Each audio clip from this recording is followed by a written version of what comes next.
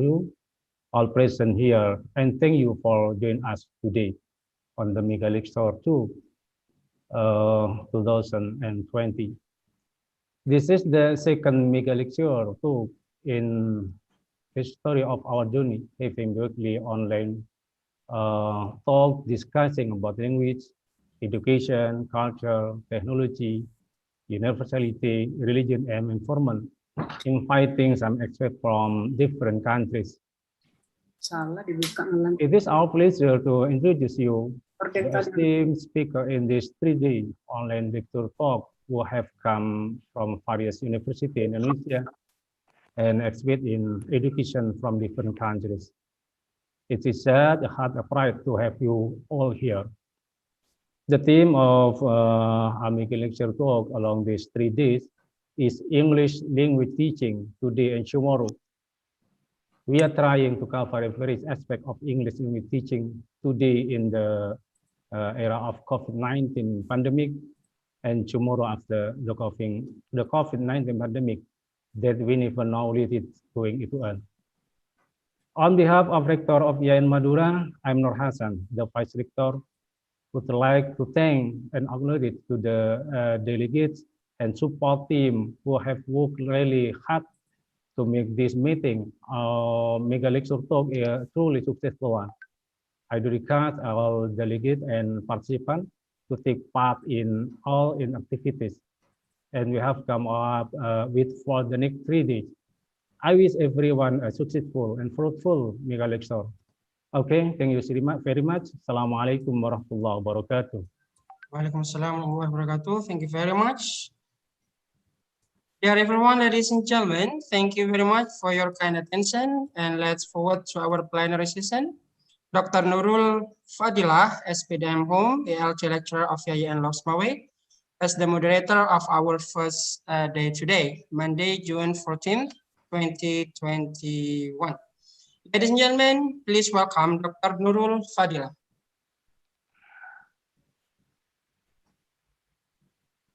Thank you very much, Bro Wafi. Assalamualaikum warahmatullahi wabarakatuh. Waalaikumsalam. Am I audible? Hear my voice? Clear enough? Yep. Okay, thank you very much for the meeting. I would like to thank Mr. Nur Hassan as the representative of Rector, who is Vice Rector, yeah. And also thank you for the committee, Abdul Wafi, Mr. Gafur, and also Ms. Eva. Thank you, and Madura, to have me in this event again for the Mega Lecture 2. And I would like to welcome all of the eminent speakers today who are from different country and also different city of Indonesia. Okay, let me call you one by one. First, I want to hear if you are available or not. Fides del Castillo, are you here, ma'am? Are you already here? Fides Castillo? Not yet. Okay, yes, let's move to yeah. Fides Castillo is already available here? No, I guess not. Not yet? Okay. What about Mr. Chairil Anwar? Chairil Anwar, Korompot, M.A. Ph.D. Yep. I'm here. Hello, everyone. Yeah, I guess because the first speaker is not here already, so I think we can move to the second speaker later, yeah. Let's call again Mr. Mohammad Taufik, S.M.Hum. Dr. Mohammad Taufik. I'm come. Hello, how are you, Mbak Nurul? I'm good. Thank you. Thank you for your invitation. From Islamic University of Makassar, Indonesia, yeah. Okay, and then Ma'am Dr. Rita Indrawati, M.Pd. How are you, ma'am? I'm fine, thank you. Yeah, I look beautiful today. Yeah.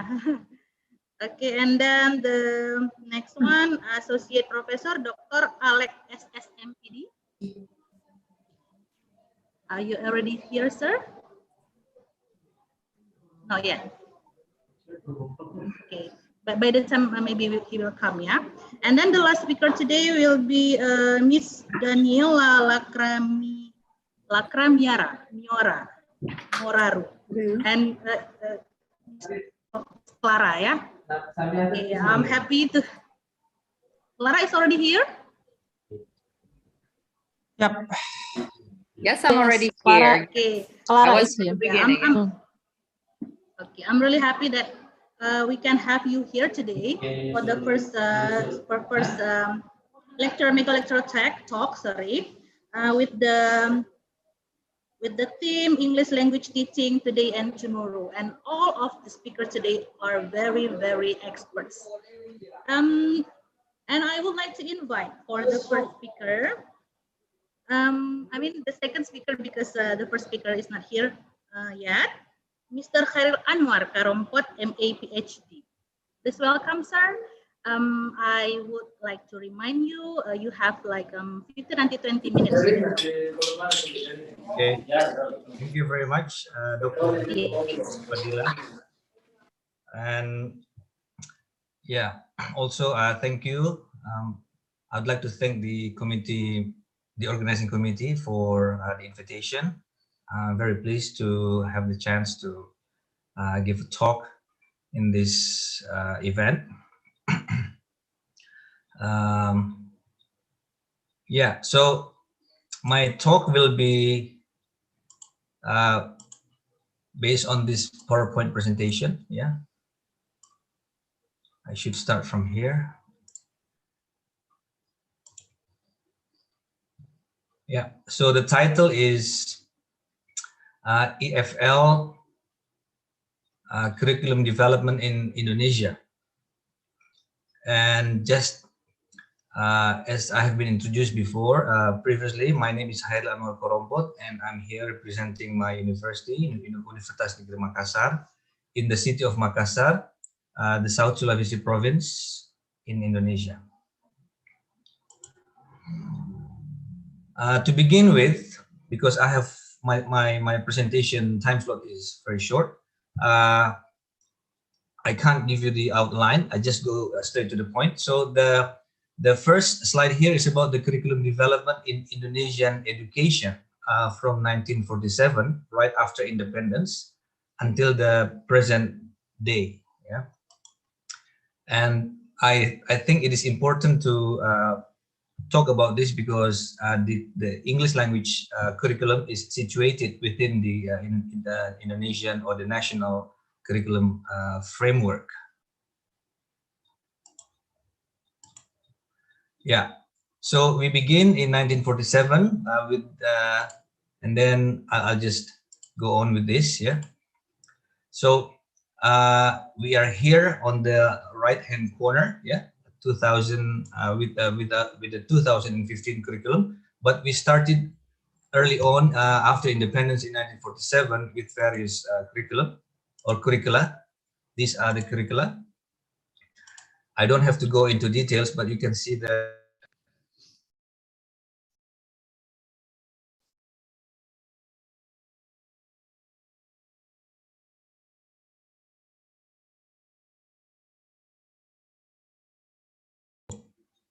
Am I muted? Sorry, I have. Yes, it's audible now. Ah, okay. I'm sorry. I didn't realize that I was muted all this time. Yeah. So I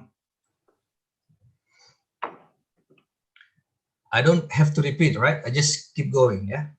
Yeah, it's okay. So this is how our education curriculum developed over the years since independence. Yeah.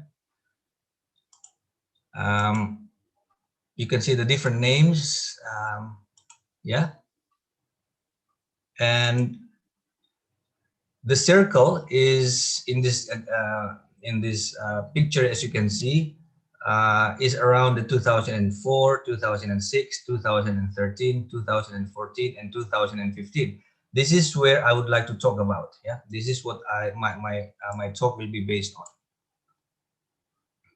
and that's because this is where the development is very interesting and very dynamic, and that's what I want to talk about today.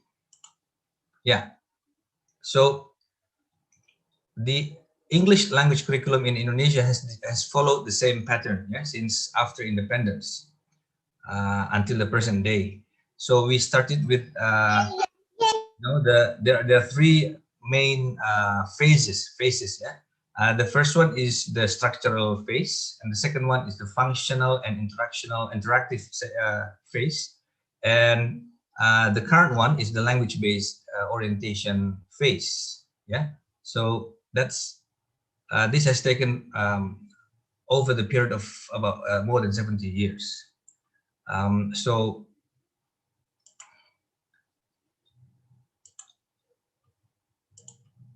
yeah, so hang on, I have to go back here.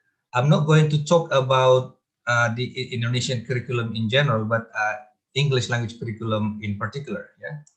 So this is the curriculum in the pre-Reformasi era. Reformasi is marked by the end of the New Order regime. Yeah, when President Suharto stepped down in late 1990s. Yeah, that's what we call pre-Reformasi era. This is what happened. Yeah, the curriculum was centralized. Yeah, under the New Order regime of Suharto, which began in 1967 and collapsed in 1998. 1998. The curriculum during this period is guided by the one of them is by the National Education System Law, Sistem Pendidikan Nasional, in 1989. And within this system, yeah, education is under the control of the Ministry of Education and Culture and the Ministry of Religious Affairs, MOEC and MORA. Yeah, and the curriculum that we had at the time was centralized. Yeah, it was a national curriculum, and a series of national curricula starting from 1947 until 2006, which are all centralized. And what about English language? The English language, the curriculum for English language is like this, yeah? The teaching of English grammar, the 4 English skills, and also English for communication. And this is the breakdown of the various curricula for English language teaching over the years. Yeah? So as presented in the chart before that I presented before, we started with grammar translation method, and then this is followed by audiolingual approach, and then in the I think in the 80s or in the 90s, communicative language teaching method. Yeah, so I think this is pretty much is the development of the English language curricula, not only in Indonesia but also around the world. Yeah. And what I mean by centralized, yeah, is that the curriculum is was dictated by the government. Yeah, it comes from the central government. What about the Reformasi era? Yeah, the Reformasi era began in 1999. Yeah, after President Suharto stepped down, and it is interesting to note here that the development of the curriculum was centralized. Yeah, it was centralized at one point, and then it was decentralized at another point, and then after that, it went back to centralized again. Yeah, this is what I mean by the decentralized curriculum development. Yeah. That was during the Reformasi era, Megawati administration between 2001 and 2004. This is what happened. We had a new Undang-Undang Sistem Pendidikan Nasional or National Education System Law in 2003, and then education is now under the coordination of the Ministry of Education and Culture, the Ministry of Religious Affairs, and also the local governments, because some of the authorities for education is given to the local governments, yeah, the regency and provincial government. And then we have for the first time we have the Badan Standar Nasional Pendidikan, or the National Education Standards Agency. And as a result, we also have the competency-based curriculum, OKBK, in 2003. Yeah. What about the English curriculum? Oh, hang on. I have to remind all of us that the Megawati, what I mean by Megawati administration here, also include the the Habibie administration between 1998 and 1999, and the Gus Dur administration between 1999 and 2001. So there is not much change happening during the Habibie and Gus Dur's administration, but a lot of change were made during the Megawati administration in terms of education. And in terms of English, we have this, yeah. So English were the curriculum for English was created to under these principles. I don't have to go into detail because my time because of time constraint. But what I can say is that this is the beginning of the teaching of various texts, yeah, genre-based texts, including these types of text that you can see on screen. So this is the first time we moved from the grammar translation method or the lingual method, communicative approach, and now we have the genre-based approach, which dictates that language should be taught, yeah, based on the types of text like this. Okay, the next one is still in the Reformasi era, yeah, with the first Susilo Bambang Yudhoyono administration between 2004 and 2009. Here we have the teacher and lecturer law, yeah, and then we have the teacher and lecturer certification program, yeah. For the first time in our history, we have teacher lecturer certification in 2007, and education is still under the two ministries and also the local governments. We still have the National Education Standards, yeah, agency, and the curriculum has been changed once again. Yeah? So previously it was KBK, yeah, based curriculum, school-based KTSP, yeah, beginning in 2000. What about English?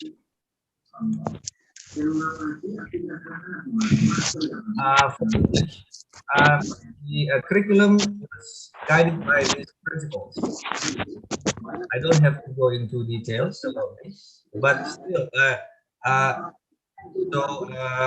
KTSP is remarkable because this is the beginning of decentralization.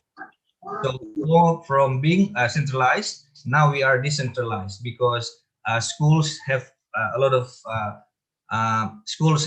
of freedom to design their own curriculum. So it's no longer centralized. Now it is decentralized. The authority is in the hands of the schools. However, for the English language curriculum, it's still the same. It's still that genre-based approach. Yeah? It's still about teaching these different types of text.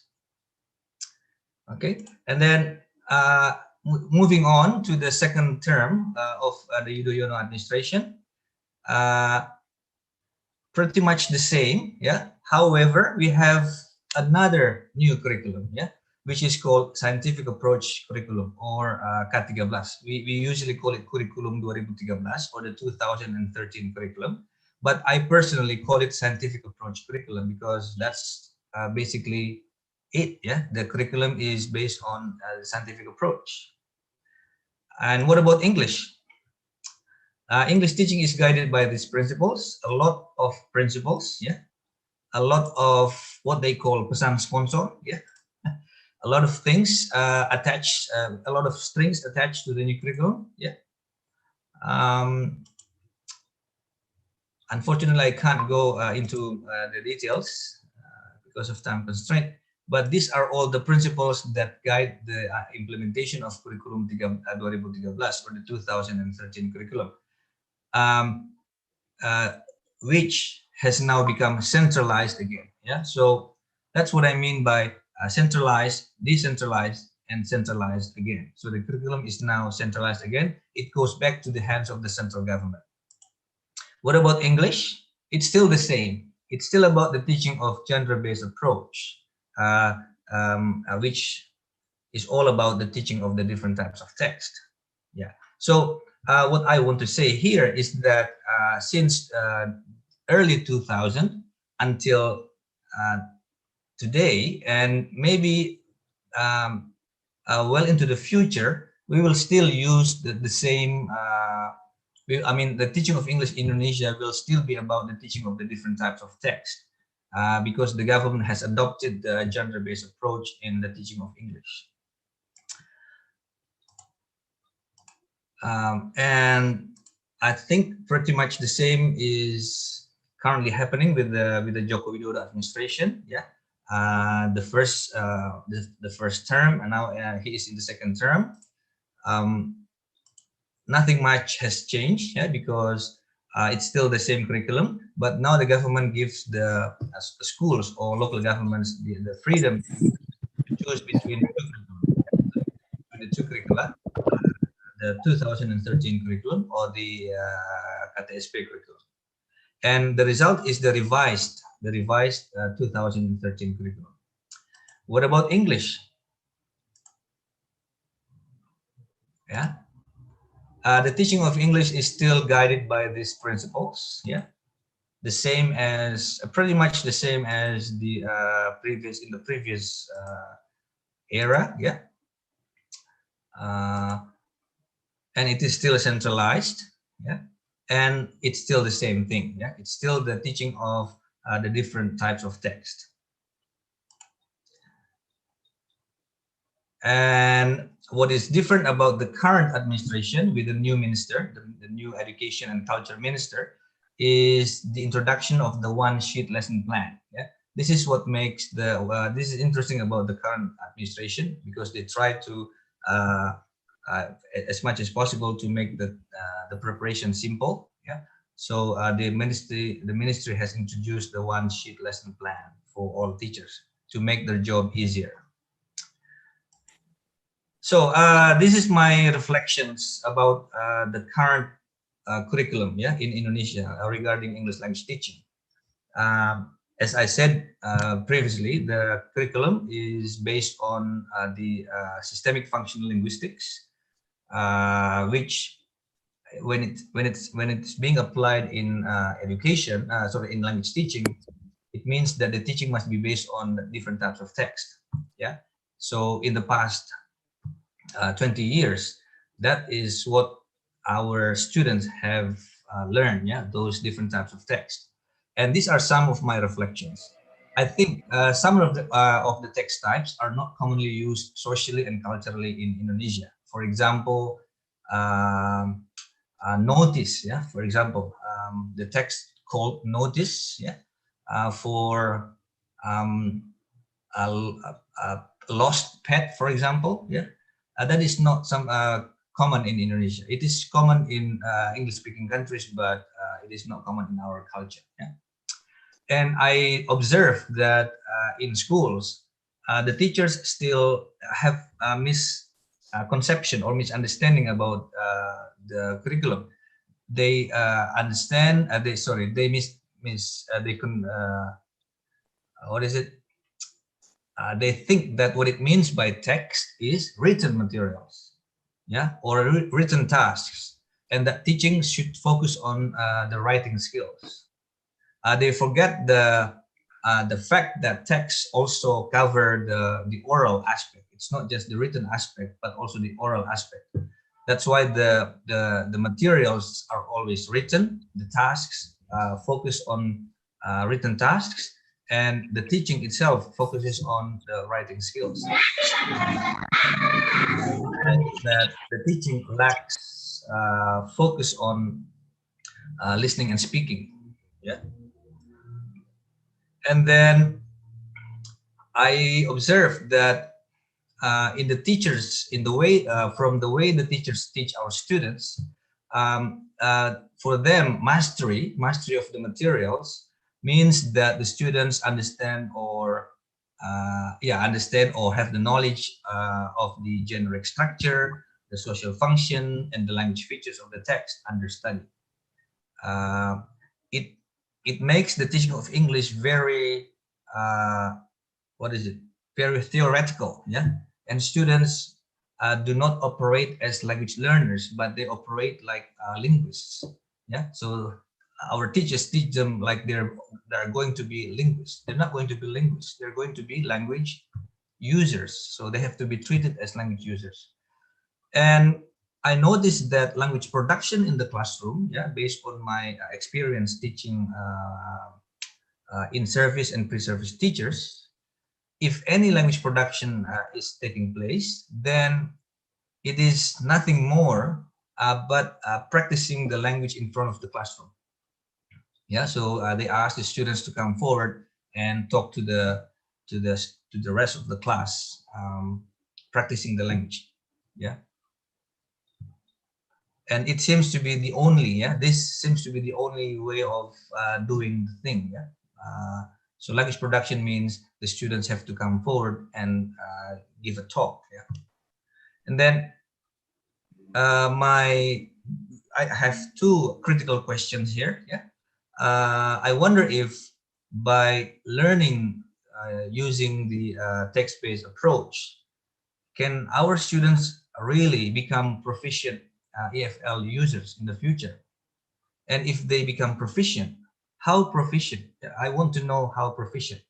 I noticed that many of my new students, who join the English language education study program in my university, still have basic or elementary problems, when they speak English, when they write English, when they write in English, and so on and so on.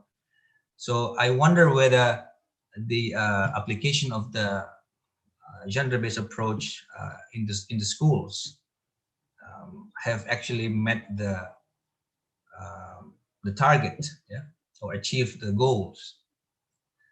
And I doubt it, because I think apart from some very good students who take part in English debates, for example, the majority of our students are still struggling with the language. And that's about the students. What about our teachers? In my view, we have to reflect on how our teachers perform their duties, whether by teaching English using the gender-based approach, they would be able to improve their linguistic and pedagogical skills. It seems that it seems to me, I might be wrong, but it seems to me that when teaching, most of our teachers operate like robots.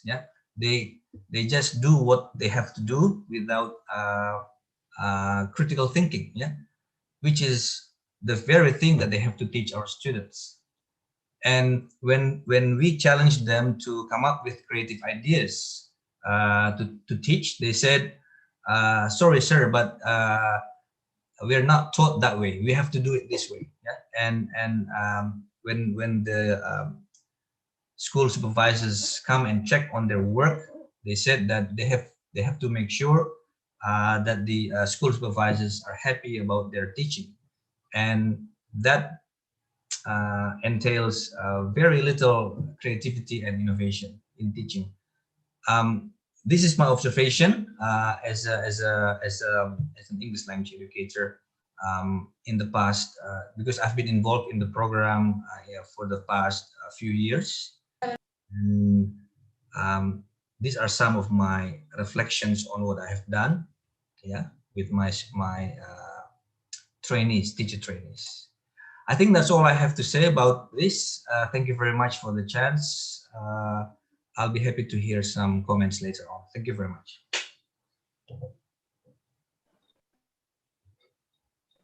Hello. Thank you very much, Mr. Chairil. It is a very nice presentation. Just now, I tried to unmute myself, but I couldn't do that. But you ended, or you finished the presentation exactly 20 minutes. Thank you very much. So I will invite the participants who want to ask some questions for Mr. Chairil. Any question for him?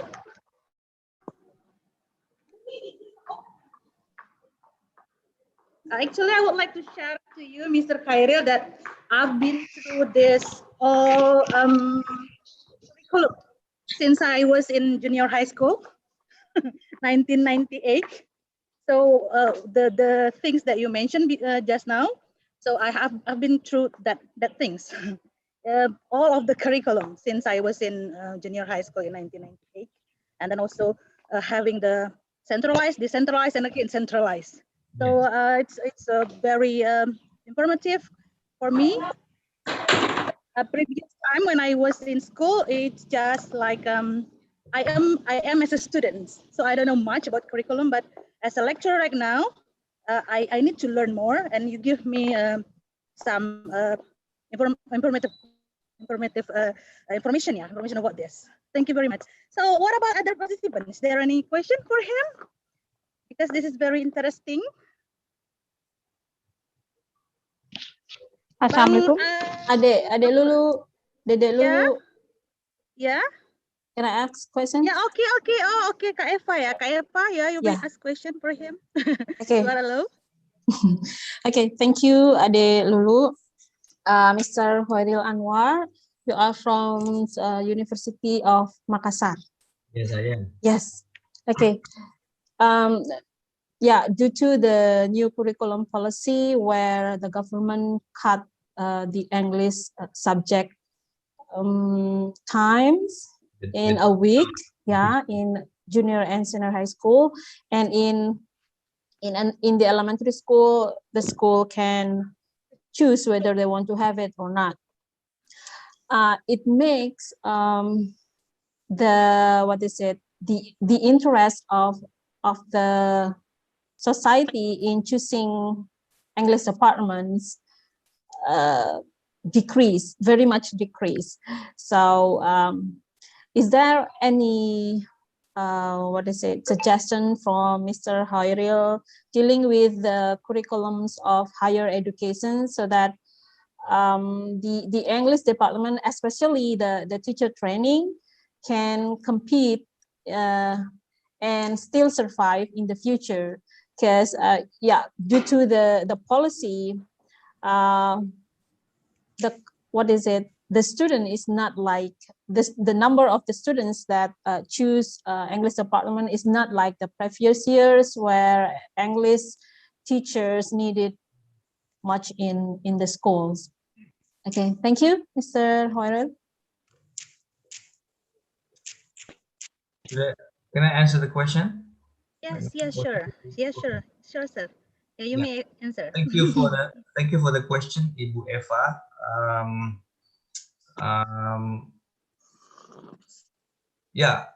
I think it is unfortunate that the government has decided that the teaching hours for English should be reduced from, if I'm not mistaken, from 4 teaching hours a week to 2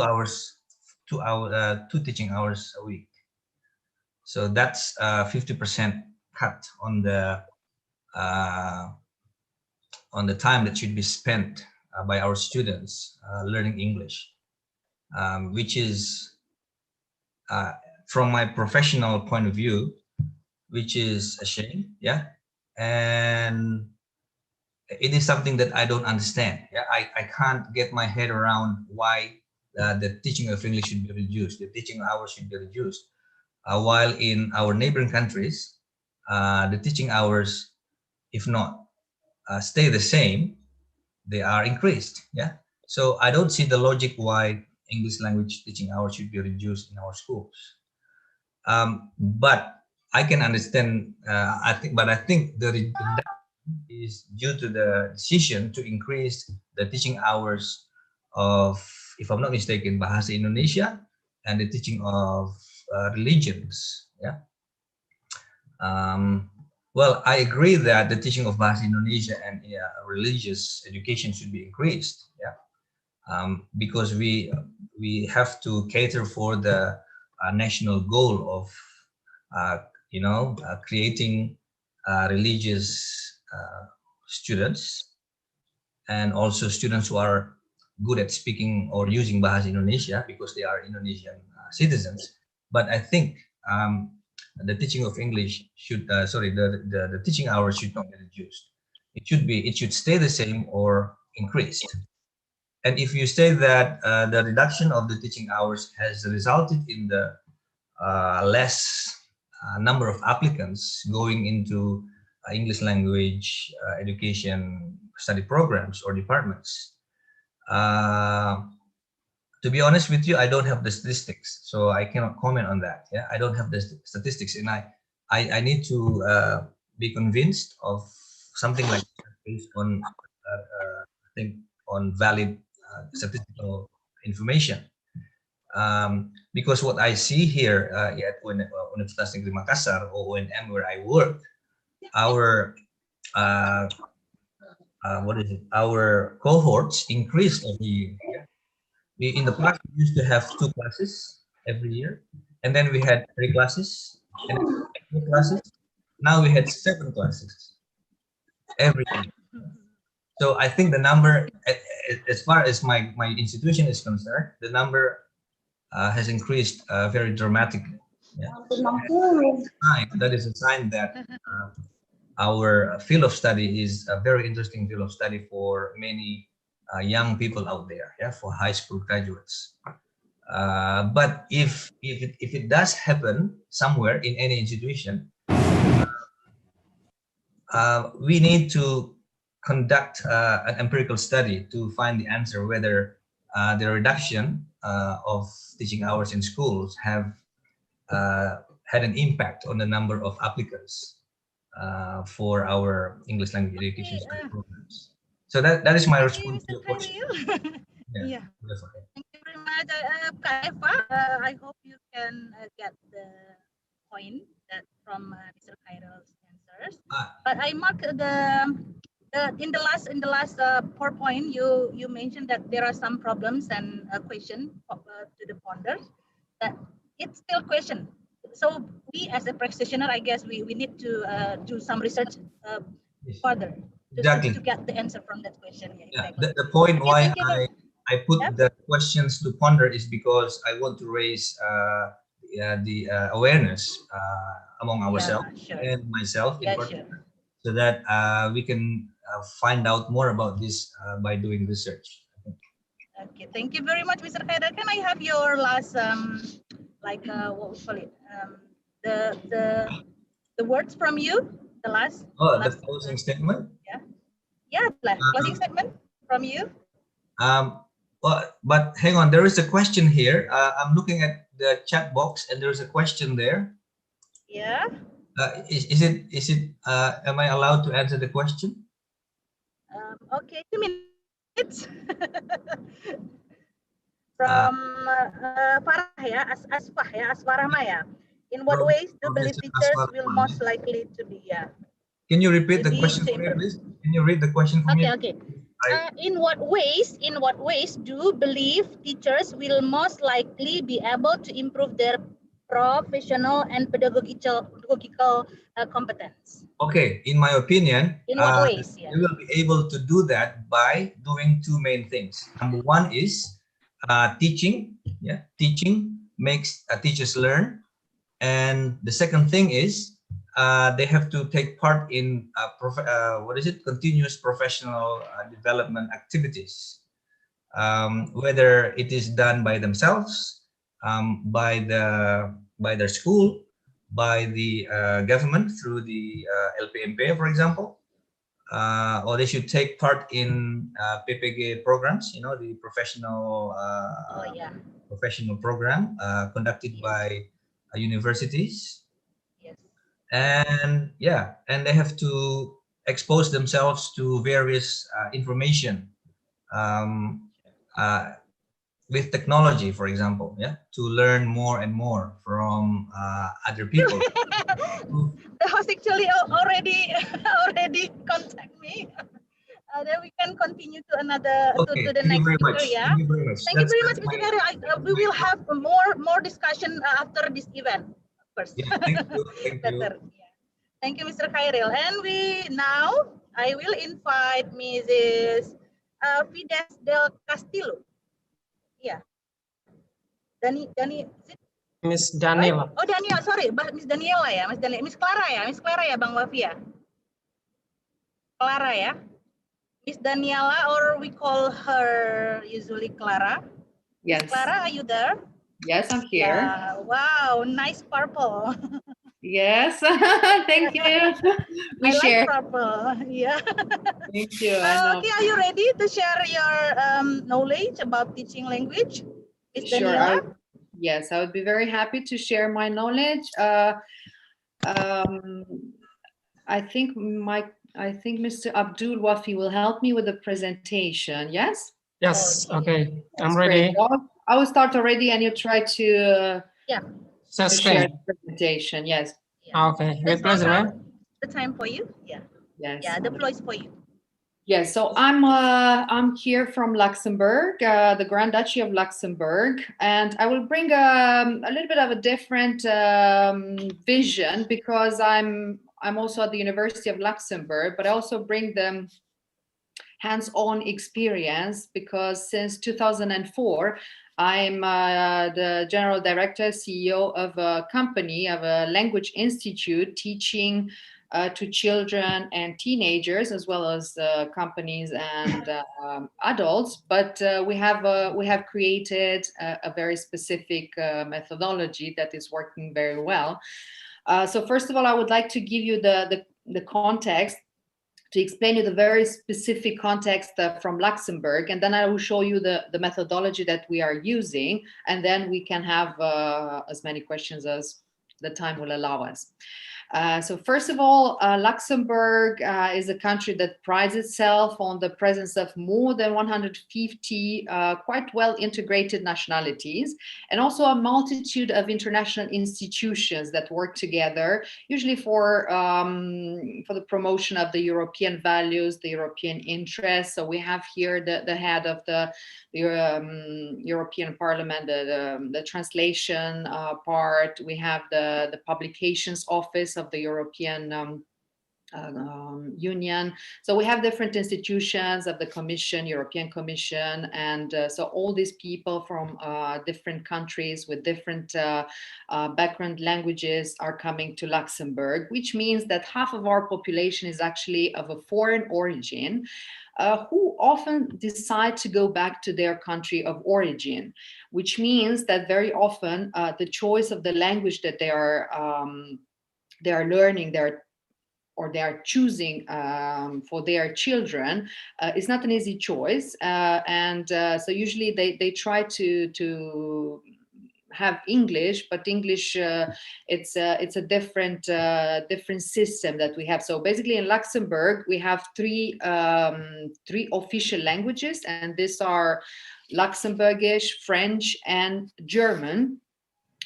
Which is a huge advantage for children who grow up learning all these three languages from an early age.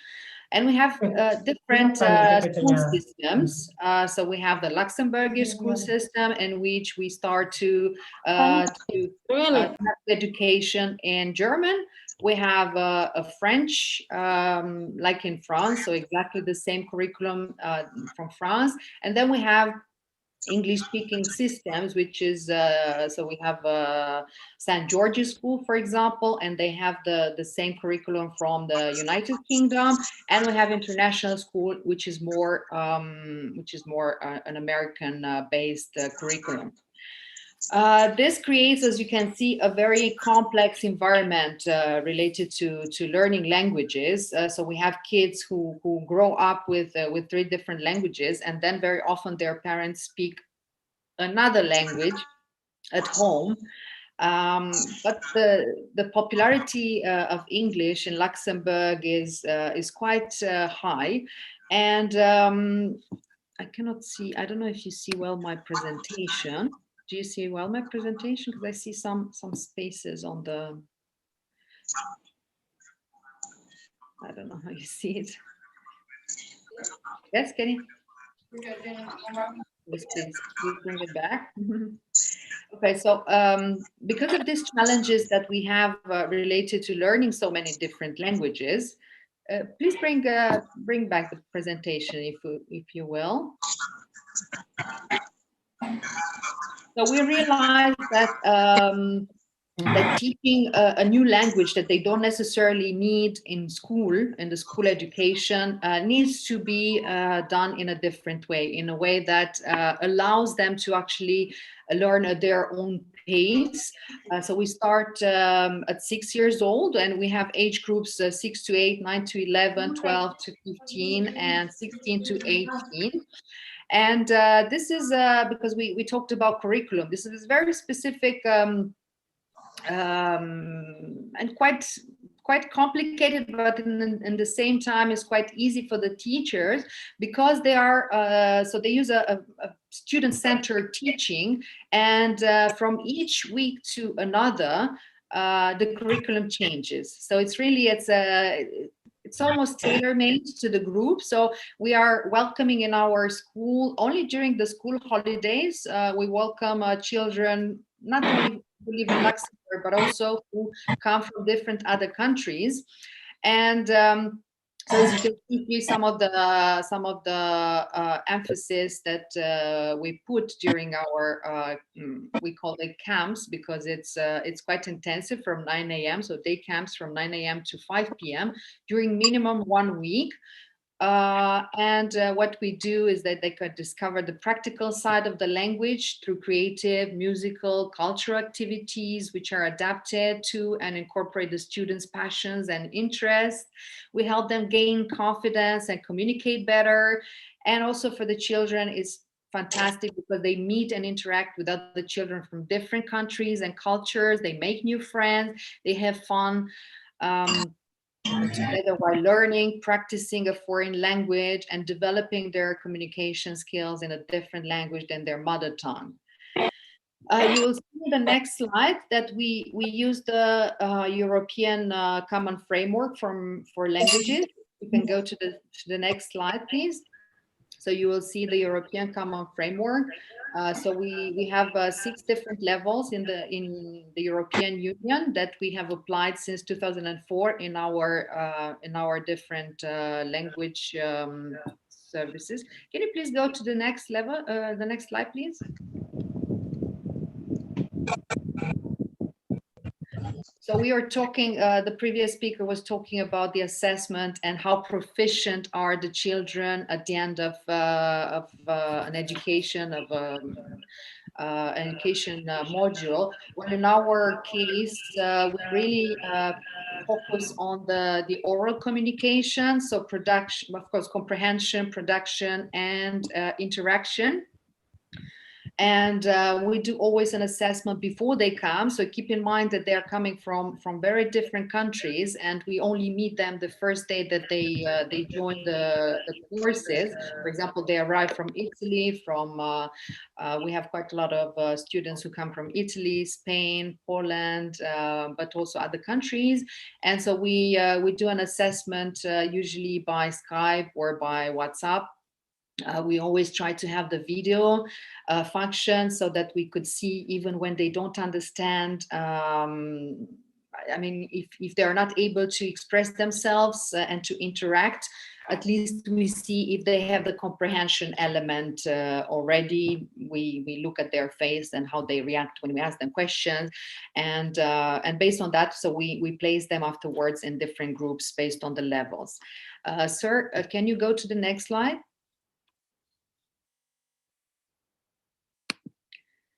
Yeah, I think we have a little problem to go to the next slide. So I already have a question that I would like to take right now. So how does pandemic affect our teaching learning activities? So even last year during the pandemic, we have had a lot of requests from parents for physical interaction between among children. Because in Luxembourg, even during the pandemic, the Luxembourgish school continued to be open. There was just 1 week, half of the children were at school, and the other week the others. And so there was a combination of learning from home and at school. Okay, now he went a little bit too far. Is it okay? Is it okay, ma'am? Yeah, you went a little bit too far, but that's okay. So I just wanted to, no, go back. I wanted show you some of the activity. So indeed, so last year we started as usual in July, and we had our in-presence camps until mid-September, like we always do. What we did is that we actually limited the participants to 6 in each group. So we are always working with small groups, but in this case we limited to 6. And sometimes, so they were wearing the masks, but of course they were still spending a lot of time together, so the risk of being contaminated was high. But we tried to do as many activities outdoors as possible. And yeah, we didn't have any person who was infected, neither students nor teachers. So we continued to teach.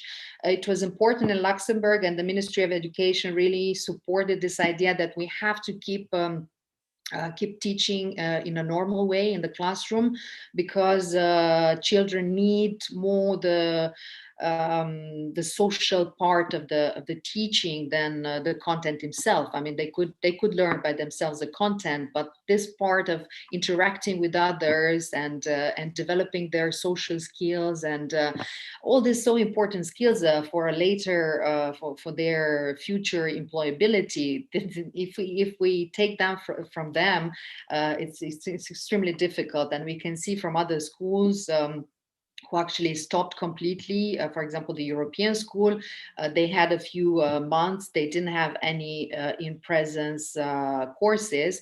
And those were the children actually who came first to our activities in the summer, because they were so eager to meet again other children and teachers and to have this interaction. It was really very important. So here I could share that afterwards. It was just for you to see, because as I said, it's a curriculum that we do differently every single week, and we adapt it to the age group, and we adapt it to the level, and of course to the language. This is in English, but we also teach German and French in separate camps.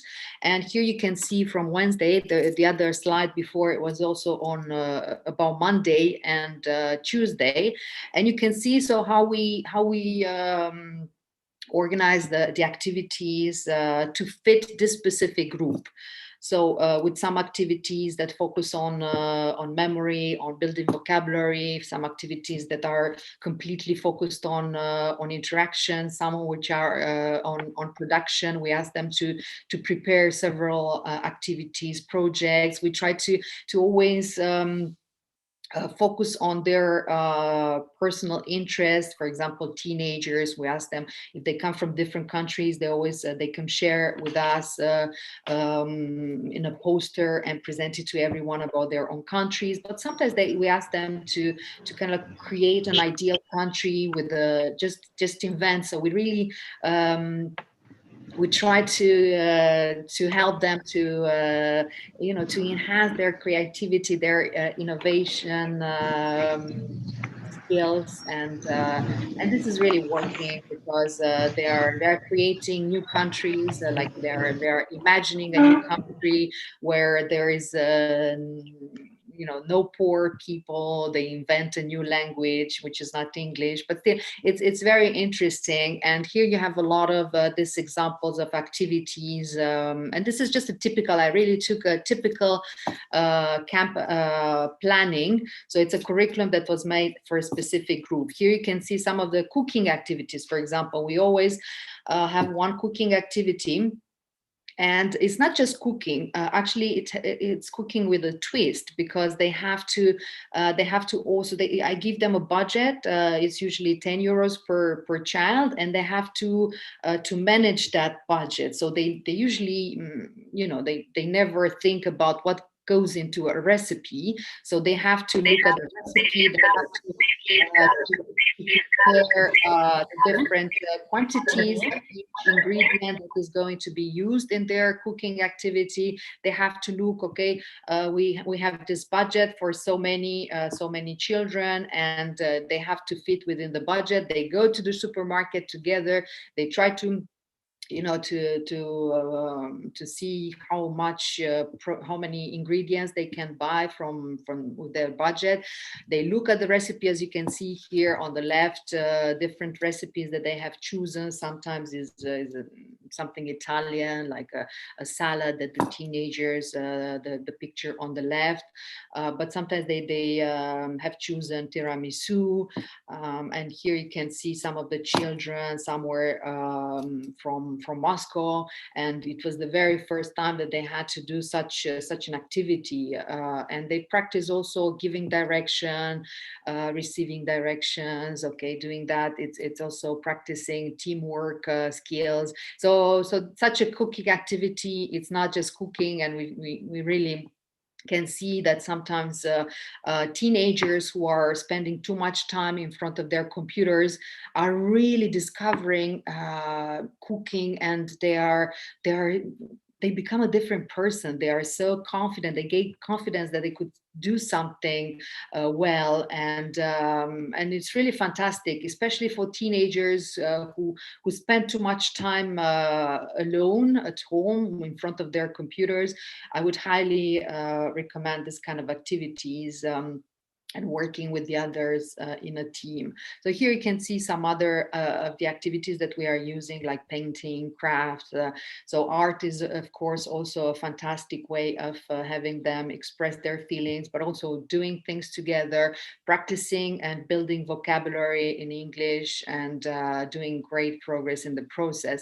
Here, for example, you can see some of the fun activities, like the one in the middle. The picture in the middle is a game that the teenagers have created themselves, something about aliens, and then they play it, and so they really imagine all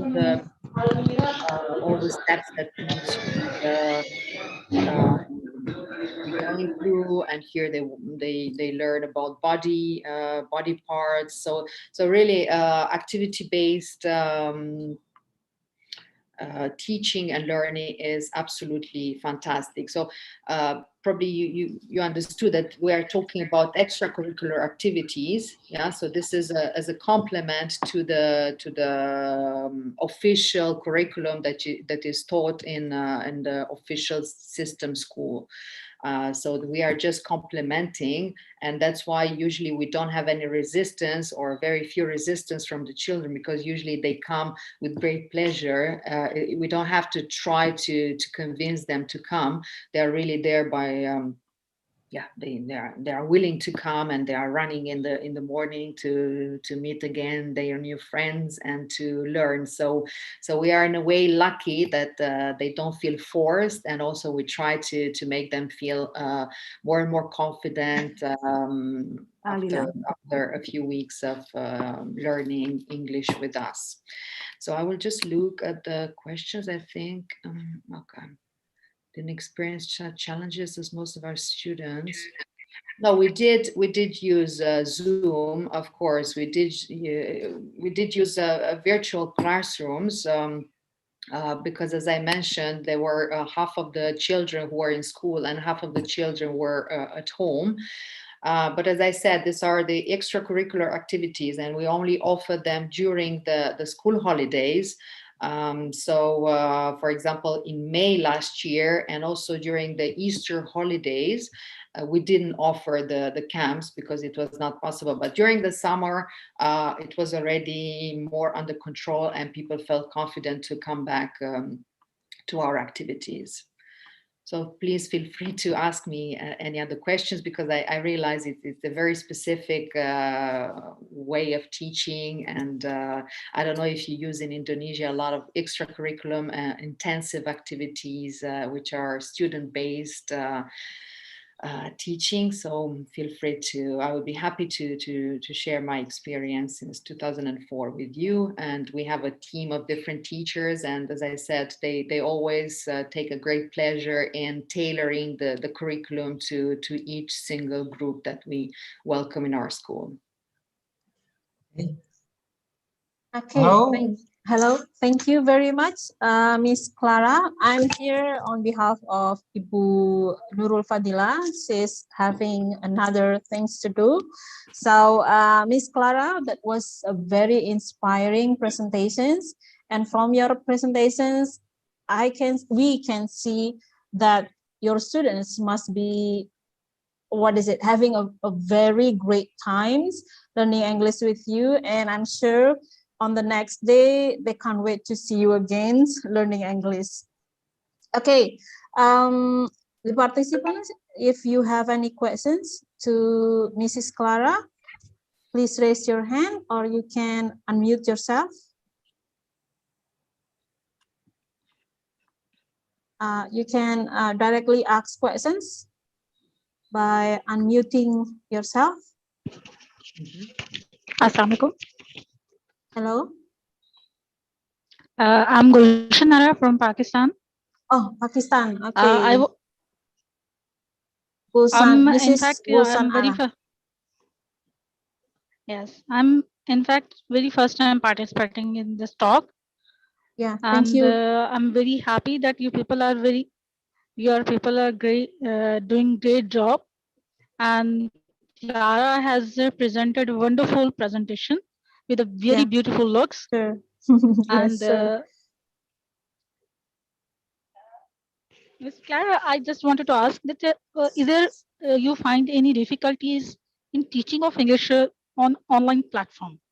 Can we say that we have some difficulties in teaching English because we have to teach a language and the exact pronunciation, exact accent we are unable to pronounce, or we have some connectivity issues on online teaching? Then do you think that there are some difficulties as compared to in online sessions? We have virtual teaching and it's a very big issue as compared to face-to-face teaching. Yes, thank you. Thank you for the question. Thank you so much. Indeed, I'm 100%. I agree that virtual teaching can never really be the same as in presence teaching. That's why I was happy that we had in Luxembourg a combination of the two. I mean, in terms of having this very intensive camps, like from 9 a.m. to 5 p.m., it's just impossible to do them online. We've had some parents who asked us, and also the teachers have said they would be able to do it, but not the whole day, just like part-time from 9 to 12 or from 2 p.m. to 5 p.m. Because staying for so many hours, like 9 a.m. to 5 p.m. is just impossible. But a combination of the two, of course, is possible. What I could suggest is when you really have to teach online is to give them as much as possible to do by themselves at home, and then maybe to have them present. For example, they need to work maybe on a project, and you can leave them, for example, to Zoom, to use the different Zoom groups. For example, and they could, for example, they really liked to do something, welcome to my world. So each one of them had to do a poster about their own world, their own passions, the person that is most important in their life, and, with different things. And, but also we could ask them to imagine a country or the ideal space to live, for example, the ideal city. Now it's, of course, it's very important to look at all these environmental issues. So you can ask them to work in small groups, like 3 or 4 maximum, and you can allow them time during the class, for example, to go into the different small groups. And then they still have to do something, but you don't have to, you just go from group to group. You have this possibility with Zoom to split into smaller groups, and that's fantastic, because at the end of the day they will be very motivated to work together, because they still have a certain time which is limited. They have to come up with a project at the end and present it in front of everyone, and there will be and you can also ask them to grade each group, to grade each other, like peer assessment, and then they will be very, very motivated to see what the others did, because they need to give them a star or whatever, you can imagine a type of assessment. So this could work, like really small projects that you can have them work on. Yeah, I think that also, you're welcome. Thank you so much, Clara. Yeah. I think that also answer Ibu Yunita Zuriati's questions on the chat box. And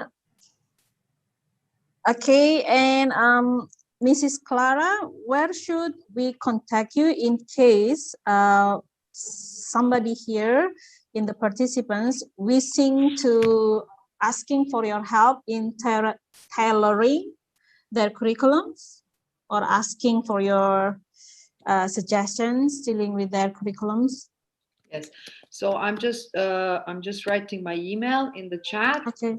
As I said, I'm the owner and CEO of the company, so I'm not doing myself the curriculum, but I can give you different examples. I could share with you a lot of different examples for different age groups and different levels. As I said, the levels are using, so the assessment is using the European Common Framework for Languages, which is A1, A2, B1, B2, and then C1, C2 for the level close to the mother tongue. So then you will have to translate that into your own system, evaluation system, which I don't know. But I'm willing to share with you some of our, we have since 2004 a lot of different. So if you tell me a little bit, okay, my group is usually from 6 to 8 years old, and usually an A2. I mean, it's okay. You could tell me like intermediate or low intermediate, then I could understand a little bit, and I could share some of the materials that we are using. But there are so many available, and when you just try to find out what your students like and to tailor around their interest, then it's working much better. Okay. So sure, everybody, you can check the links that Mrs. Clara already gave you on the chat in case you want to learn more and in having any inspirations from the way Mrs. Clara Moraru and teams teaching English to children. Thank you very much, Mrs. Clara Moraru. And it was a pleasure. Yeah, you've giving us a lot of inspirations today. See you next time. And we are going to move to Mr. Alex. Mr. Alex, are you here already? Halo, Assalamualaikum warahmatullahi wabarakatuh. Waalaikumsalam warahmatullahi wabarakatuh. Okay, good afternoon, Mr. Alex. Alhamdulillah, afternoon. Inshallah. Yeah, this is the second time I'm meeting you online. Yeah, yeah. Thank you, Ibu. Yeah, Eva. Previously I ever joined your presentations online too in English, in our English departments. So welcome. I'll give you time to present your presentations. Okay, thank you so much, Ibu Eva, for giving me time opportunity. Would you mind giving me opportunity for sharing my PowerPoint? Okay.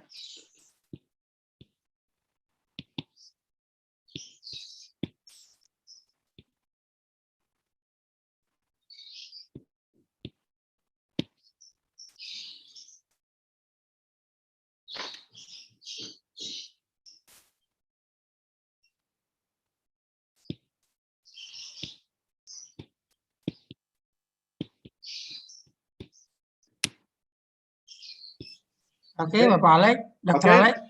Do you see my PowerPoint? Yes, we can see it clearly.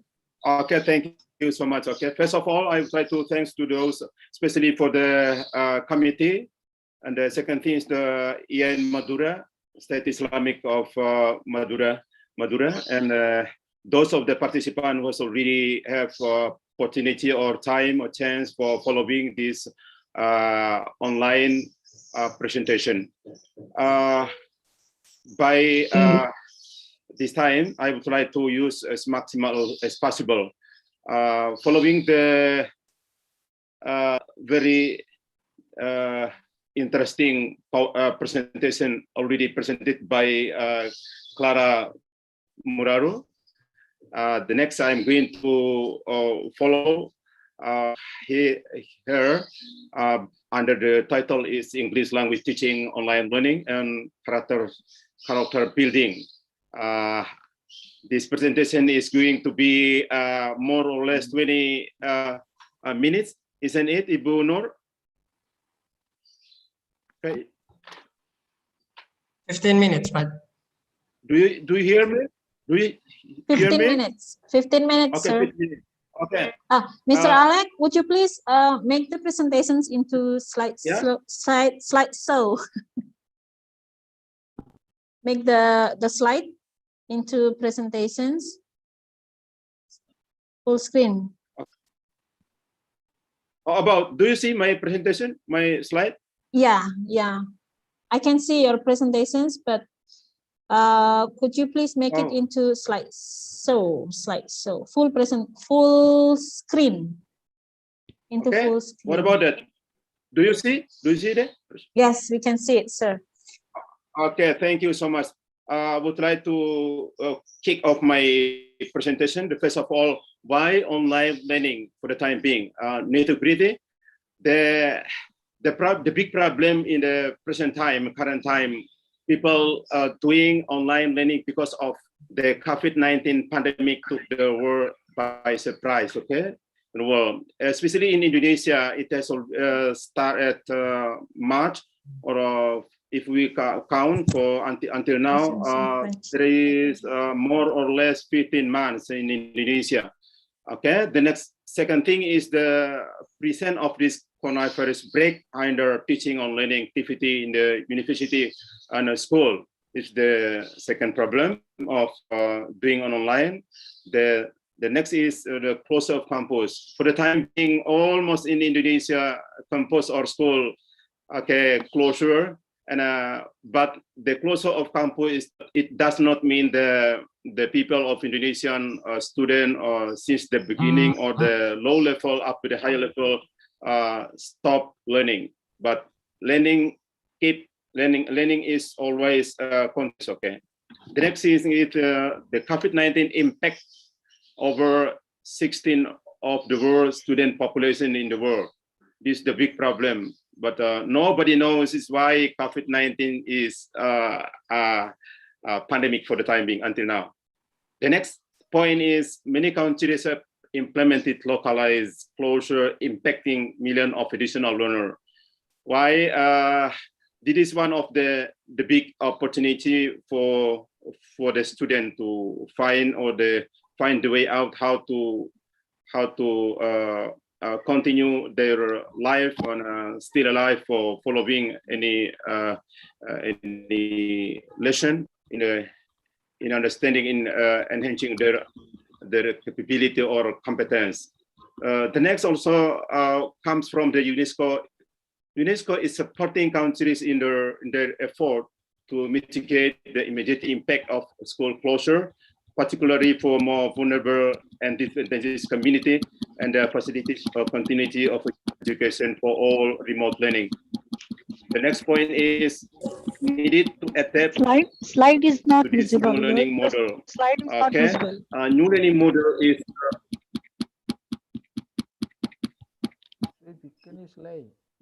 The last one is learning system done remotely by utilizing information technology. You know, one of the prominent tools or device most of Indonesian people for the time being for keep doing learning and teaching on learning, especially English learning, is using information technology or ICT. I'm sorry, sir, but we cannot see your slide. Your slide is still on the first page. Yeah, I see. We already can see it. Yes, go on, sir. Yes, we can see it already, sir. I don't understand. I can move on my why? Now okay. Maybe Pak Gofur can help me for my PowerPoint. I've already. Alek, hello, hello, Dr. Alek. I'm having your presentation. So is it for the next slide or still the first slide? But I don't understand this. I would like to move on the next PowerPoint, but it's a standstill. Yeah, Mr. Alex, because the one who share your screen to the audience is Mr. Wafi. So which, yeah. Would you mind, Mr. Wafi, help me to show slide, up sir? my PowerPoint? Yeah, help me. Which slide? Yeah. Next slide. Yeah. Okay. Yeah. Next slide. Okay. Next slide. Yeah, next slide, sir. This is the hinder or barrier, especially for online. This one, sir? Learning. Okay. Why we can do this in online teaching learning? Why there are many outstanding or benefit of using online learning? First of all, is flexibility. Flexibility means especially for the time among or between teacher and student can do maybe in the morning time, daytime, and at night time, depend upon the consensus or the agreement among or between teacher and student. And also time, as I have already mentioned, that time in the beginning or daytime or night time. And also the one incredible one is anywhere.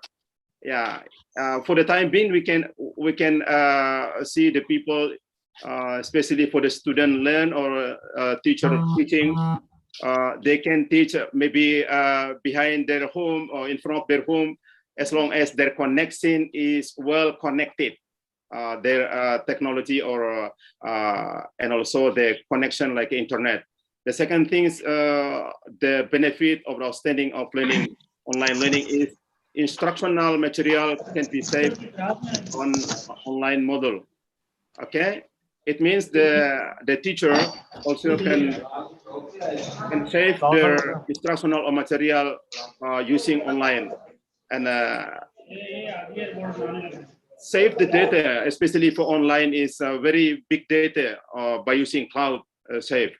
The next is teaching online learning. It is very up. Okay, why the teacher and also the student can find or share the material quick or instantly. They can update their knowledge or material in order to find the appropriate material based on their needed. And the incredible thing for using online learning is people can easily access as long as one thing is, as long as the student and lecturer supported by the connection or internet. But one point in Indonesia, especially connection is sometimes not running well. There are many barriers for connection. But as long as you know, the Indonesian sometimes many different countries, the more remote place of the city center, the high problem can occur because of the remote place. Sometimes the connection is very low connection. The next is teaching online learning is teaching or learning online can also be acquired unlimited sources. Okay, and by online acquiring online sources, the student and teacher can efficient the time used.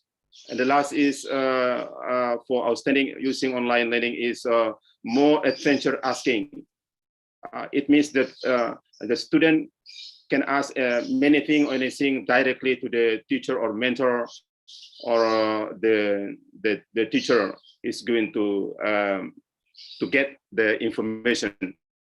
The next slide, okay. Next slide. This is the application online learning. Very most popular application in Indonesia use. I don't understand maybe in the west or eastern part, but at least this one, WhatsApp, Gmail, email, Google Classroom, Zoom meeting, Google Meet, Skype, Google Doc, and so on until 18 Schoology. But depend upon the mastery of the teacher or the connection of the student they are teaching. In short, the better understanding of digital media, especially for online learning, the greater contribution to enhance student understanding the instructional material. Critical thinking and achievement of learning objective of a subject. It means whatever the application, online application you use or anybody use, depend upon the connection. The connection is the play big or prominent role in supporting teaching and learning online. Thank you. Next slide. Okay. Besides this, the outstanding or benefit of using online, here is the some of the shortness or disadvantages of using online learning. One of them is internet quota. Yeah, internet quota in Indonesia still a problem. Okay, like Indonesian government also give. Yeah, I don't understand well how much internet quota given by the government, like school level or university student level. But the second thing is the shortness of using online learning is need creativity. People teaching using or lecture to using online learning or technology need creativity, not only like teaching offline, okay? But offline, this one, we have to understand about how to overcome the student. For example, they don't open their screen. Okay, what is the incredible way how to make our student open their screen when we are going teaching or teaching on learning running? The next thing is the big problem also comes, or shortness of online learning is cause boredom. Yeah, feeling boring of the student sometimes can happen. Yeah, most often like this. The next is easy to forget. Why people easy to forget? Because of the information run in front of, behind, around the not only the student or lecturer. It is very a bundle or uncountable information is go around the people in Indonesia, not only teacher or lecturer, but also the student only. The next is need tools, okay? So like laptop, iPad, iPhone, PC or desktop. This is the big problem. So in Indonesia, some of the students in the remote place, for example, the people who are low income, their parents are low income, they don't have any supporting tools or devices, technology devices for following the online learning. This is this one is a shortcut of online learning. The next one is need to control. Control means the student, or sometimes if you don't care about the student when you are going teaching, running, going on, the student sometimes we see their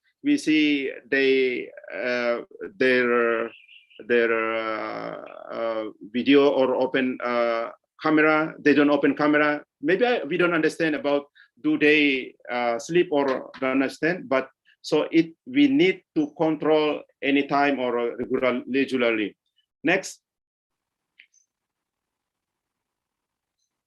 Skip. Next.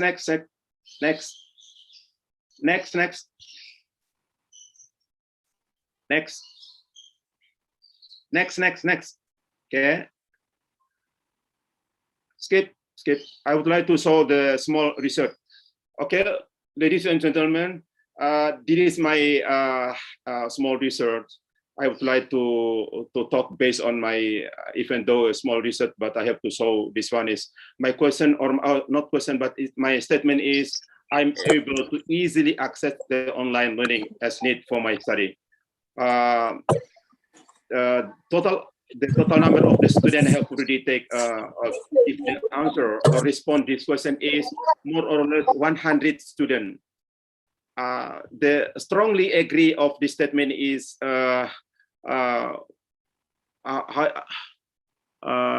know, it is more than the other one. Like agree only 30%, and disagree only disagree is 14, and a strong disagree 30%. Okay, looking at this data, most of the students of, especially for the English education department in UIN Sarjabullah Jakarta, agree with this one. The using of online learning using technology can make them easy access online learning or as needed by themselves. Okay, next slide.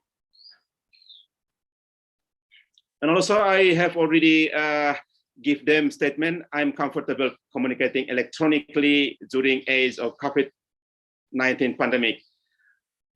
This is, you know, when we see this data, very strong agree of this statement of almost 100%. I can say 83% of the student say or mention very or comfortable communicate electronically.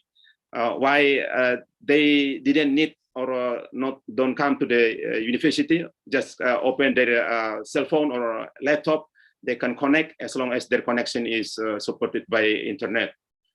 Okay, the very little thing is strongly disagree is very little, and agree is only 4%.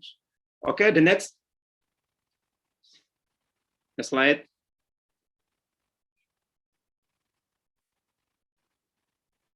Okay, I'm able to actively communicate with my classmate and lecturer, instructor during teaching and learning in the age of COVID-19 pandemic. There's almost the same as before. The strongly agree still dominate by the student choice, and agree is 28%, and sick and the rest is now strongly agree. It means that doing communication with the classmate, prefer a lecturer, instructor during teaching and learning English in the age of the COVID-19 pandemic is basically running well. No big problem they face so far. The last statement. Next slide. Next slide. Okay. Okay, I feel that online learning experience will be beneficial and accelerate my studies. 82% of 100 students of the education of the English program, educational program in UIN Sarjabullah Jakarta strongly agree about this one. The online learning experience will be beneficial by them. But one of the rest of weaknesses of this small research, I didn't do the online interview some of them because this one of the limitation of this, and maybe for future time I apply to deeper understanding about this one through interview, maybe 2 or 3 or 10 of them for obtaining the maximum data. Next slide. Okay, I would like to come to the next point of my presentation is character. The building character is one of the prominent things in teaching learning process. Why? Character as well as human behavior becomes more attractive through education process within online on e-learning. And the next is character plays significant role in any aspect of human life. However, no one is born with good character. It means that nobody knows when they come out from the world, they can see, they don't understand, they don't know nothing about. But the character is built day by day, time by time, in any time, a longitudinal time. And it is not a hereditary trait. Why? Because character is can be learned, can be followed by other people too. The next last one is character is not determined by a single noble act. When we see someone who do very own noble action, we don't take for granted that people is very high or very high character. But the next slide. Next slide. So what is the before can you okay, so what is the definition or the meaning of character itself? Character is a complex quality of ethical and mental positive negative of which they perform oneself in thinking, behavior, and acting. And the next is character is what repeatedly do, and it is built day by day and over again. Character is the moral strength to do the right things. Basically, we can draw conclusion from three statements that character is a guidance of doing anything, especially for the right things for anybody, any human being in the earth. How to do the right things, how to respect someone else, how to mingle with someone else in order to build similarity and respect, or doing the good on the right things. Okay, the next slide. Okay, good character is not formed a week or a month. It means nobody we shake our hand. We form our body, our thought, our behavior, not like instantly, but takes time. We have to do little by little, day by day, and over again and again. And the last one is good character is the single most important attribute of a successful or worthy life. I conclude this one in short. Treat others the way you want to be treated. Yeah, it means that if you want someone scratch your back, try scare someone else back. Yeah, it means do same thing when you want to treat by someone else good thing. We ourselves have to begin treat someone else by right things. This is the key point. Next. Okay, comes to the incredible subtopic, how to build character. To build character means the work on our personality, such as behavior and attitude. The one point, the incredible thing or way for build character, as long as so far, is through educational process. The main focal thing is teaching and learning. Why? Because teaching and learning process for building people understanding, forming behavior, pattern of thinking, pattern of behavior. Character is also established by constantly or persevering other moral value. It means the characters also continuously and by perseverantly using our tough self and always talking about the moral value, how to treat someone else by through the right things. Okay. The next, especially I would like to talk character in Indonesia. In Indonesia, character building is designed to be learned by the student through curricular, like using textbook modules, and in the co-curricular, like following activity like writing essay or indoor sport.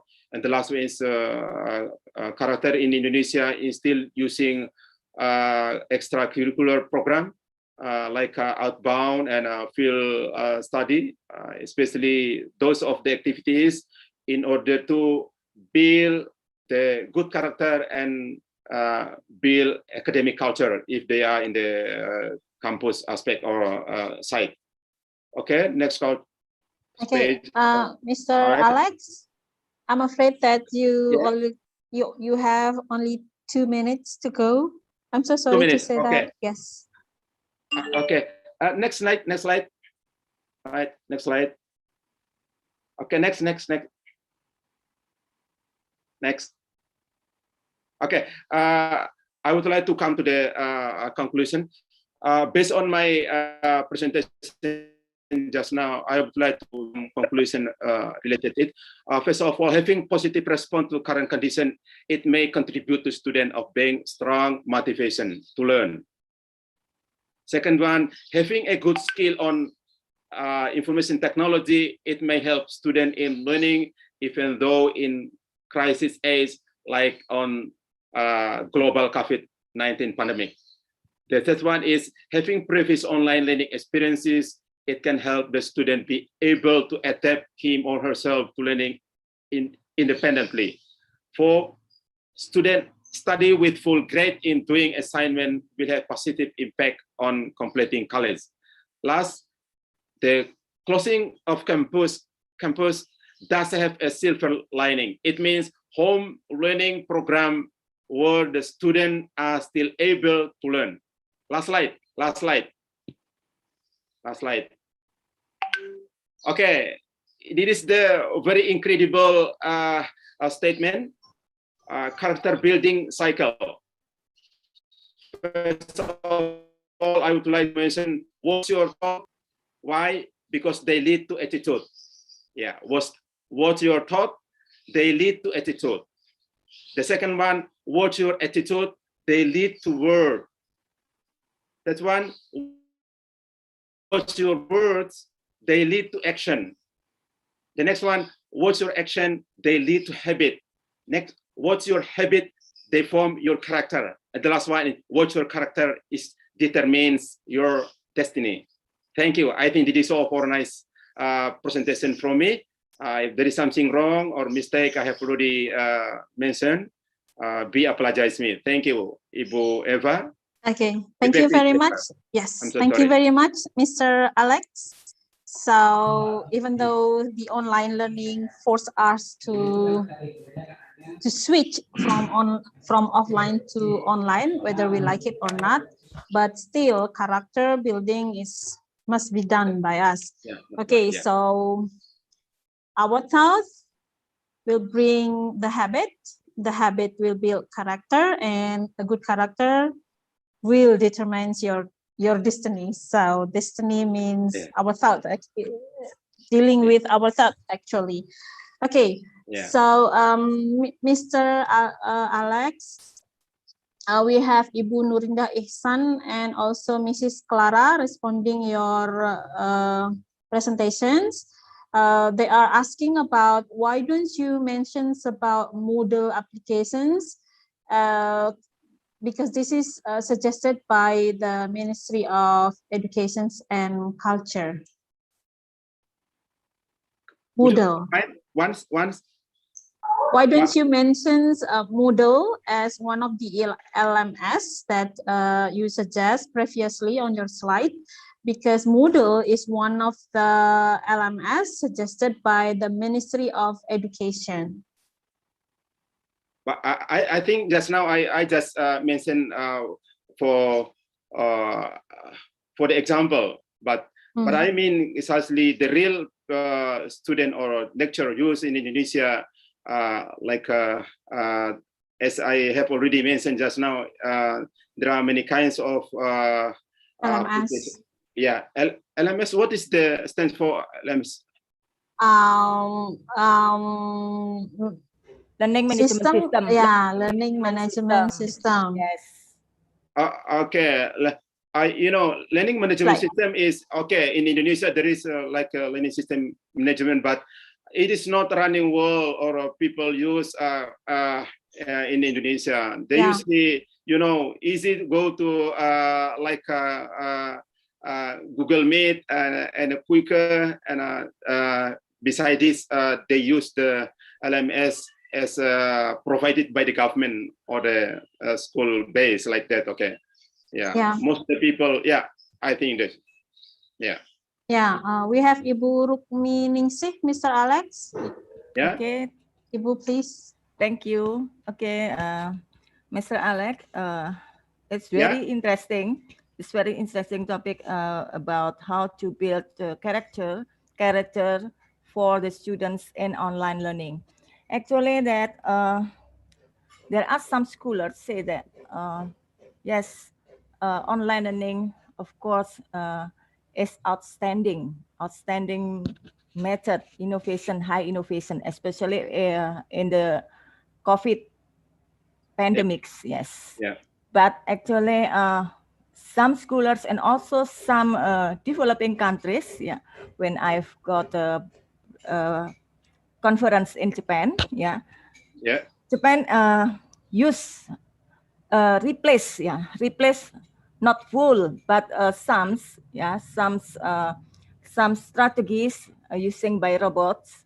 But there were some arguments among scholars that human cannot be replaced. It means that teachers or educators cannot be replaced by robots. So I think that it's very difficult. It's very difficult if why robot cannot be replaced by why teachers cannot be replaced by the robot, because robot cannot touch characters and motivations. And I also have done some research dealing with synchronous and asynchronous teaching online. So it means that I want to make my students engaged in a class, not only asynchronous, but both of them to accommodate each other. But actually I feel that it's very difficult to build for the characteristic itself. Yeah, sometimes there are some weakness of when we are teaching in online. For examples, that some students usually make their camera off, and then when we said we ask or we force the students, you must on camera. There are so many reasons for the students. Oh, I'm so sorry, ma'am, because my Wi-Fi is blah blah blah. I'm sorry, blah blah blah blah. It's very difficult, I think. Yeah. Okay. So I agree. yeah. I agree. Okay. So I wonder how the examples to build character building for the students.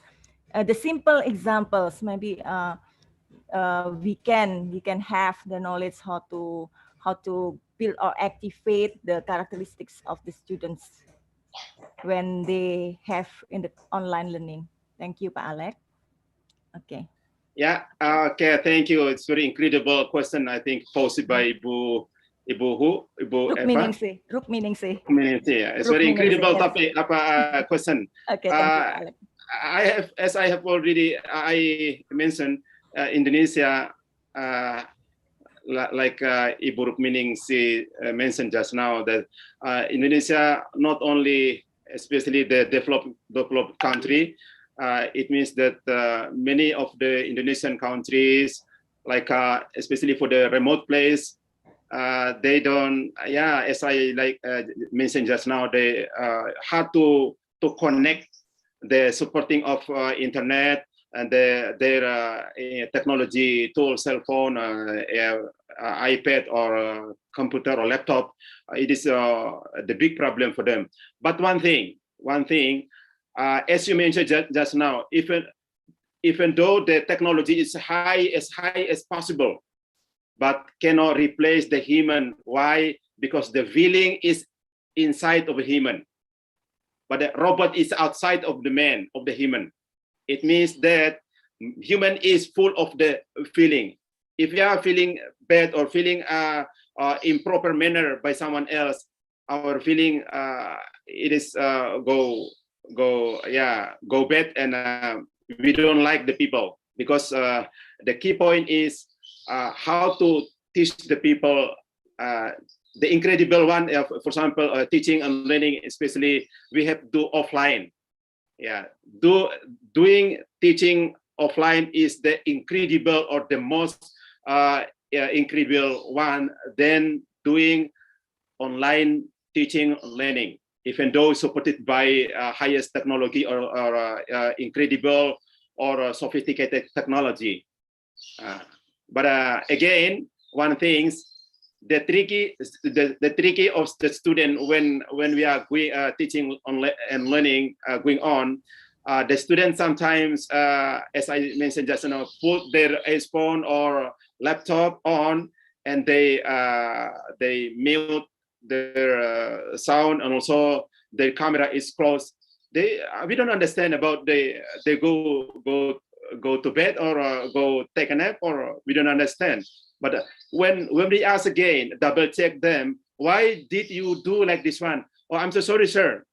My connection is low. My connection is bad, or many reasons can be created by anybody who wants who is the tricky or bad manner. But one thing, as long as the people do by perseverance, do by inner heart, everything is running well. But one thing, today, COVID pandemic is the emergency, and then one of the comes from Allah Almighty. Nobody knows, but we just pray and pray again to Allah Almighty. Maybe next semester, people of Indonesia will come back to school and to campus for doing teaching and learning run as well as possible as we have already done before. Amen. Okay. Amen. Thank you very much, Mr. Alex. So hopefully next semester we are having an offline learning. So, but still hybrid learning or blended learning cannot be separated from nowadays teaching and learning. Yeah, I think discipline and netiquette is important to keep building the good character in the students, even though we learn online. Okay, I'm going to over to Ibu Fadila. She's here already, and our next speaker will be Mr. Mohammad Taufik. Ibu Siti Nurul Fadila, I'm giving it to you. Ibu Nurul Fadila, Dede. Ibu Nurul Fadila, mana? Ibu Nurul Fadila, Safi di unmute Bu Nurul Fe. Hello. Hello. You may go on. You may lead the session. Okay. So, thank you, Mr. Alex, and let's move to Bapak Taufik, Mr. Taufik. Thank you. Okay, Mr.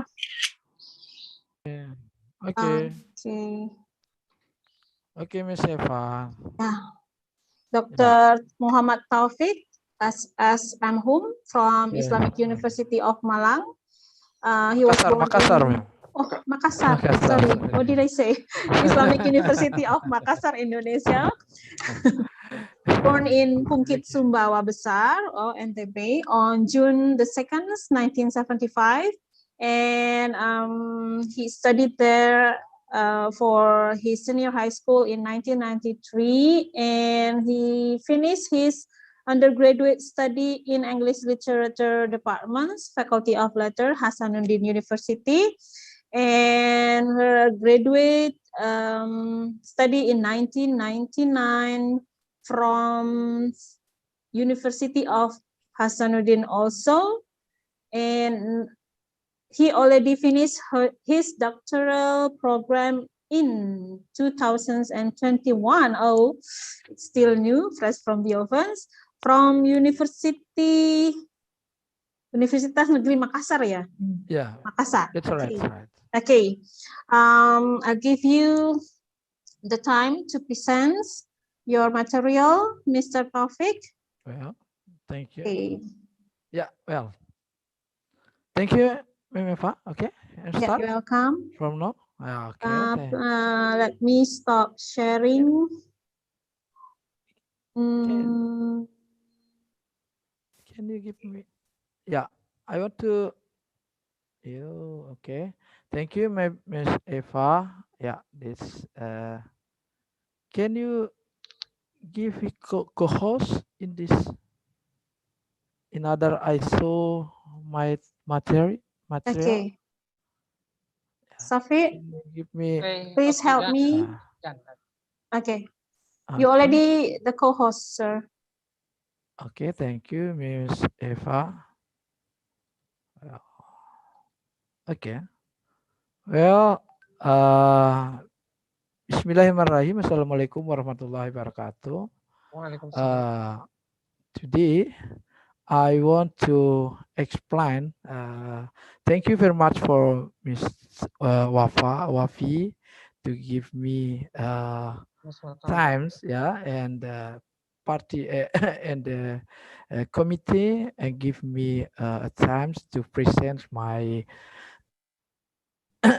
my article or my research, yeah, entitled "Effectiveness of Learning English Language Using Google Map Classroom During COVID-19." Well, I want to start from this research I use to know what is the response and what is problems the teaching in the pandemic in use LMS, especially Google Classroom in the pandemic situation and in pandemic era. Before pandemic, many teacher is lazy and adopt technology. Why? Because the first attention curriculum need covering during years time contraction and the time required favoring ATC based activity. Yeah. Oh yeah, sorry. And the next, a large classroom teacher supporting it. That is a need. All this reason. That is a reason why the the problem of English teaching in the why the teacher not uh, uh, adopt the technology. But in sense and since COVID-19, all the teacher, yeah, all the teacher, a learning method, yeah, a learning method spends need for the learning teacher is uh, all the teacher is attack to applicate the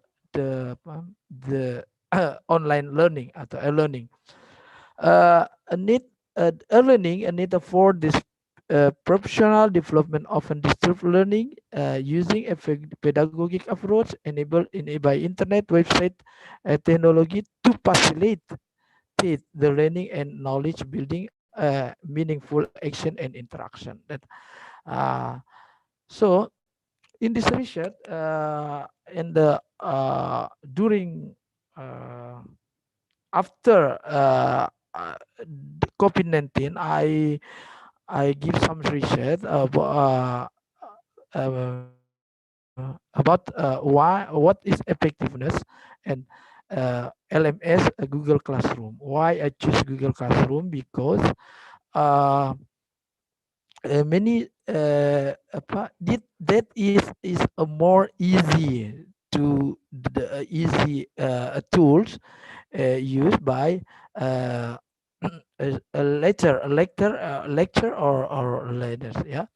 Now, the research method use a qualitative method, philosophy on the Sujono. This research observed English teaching and student English department.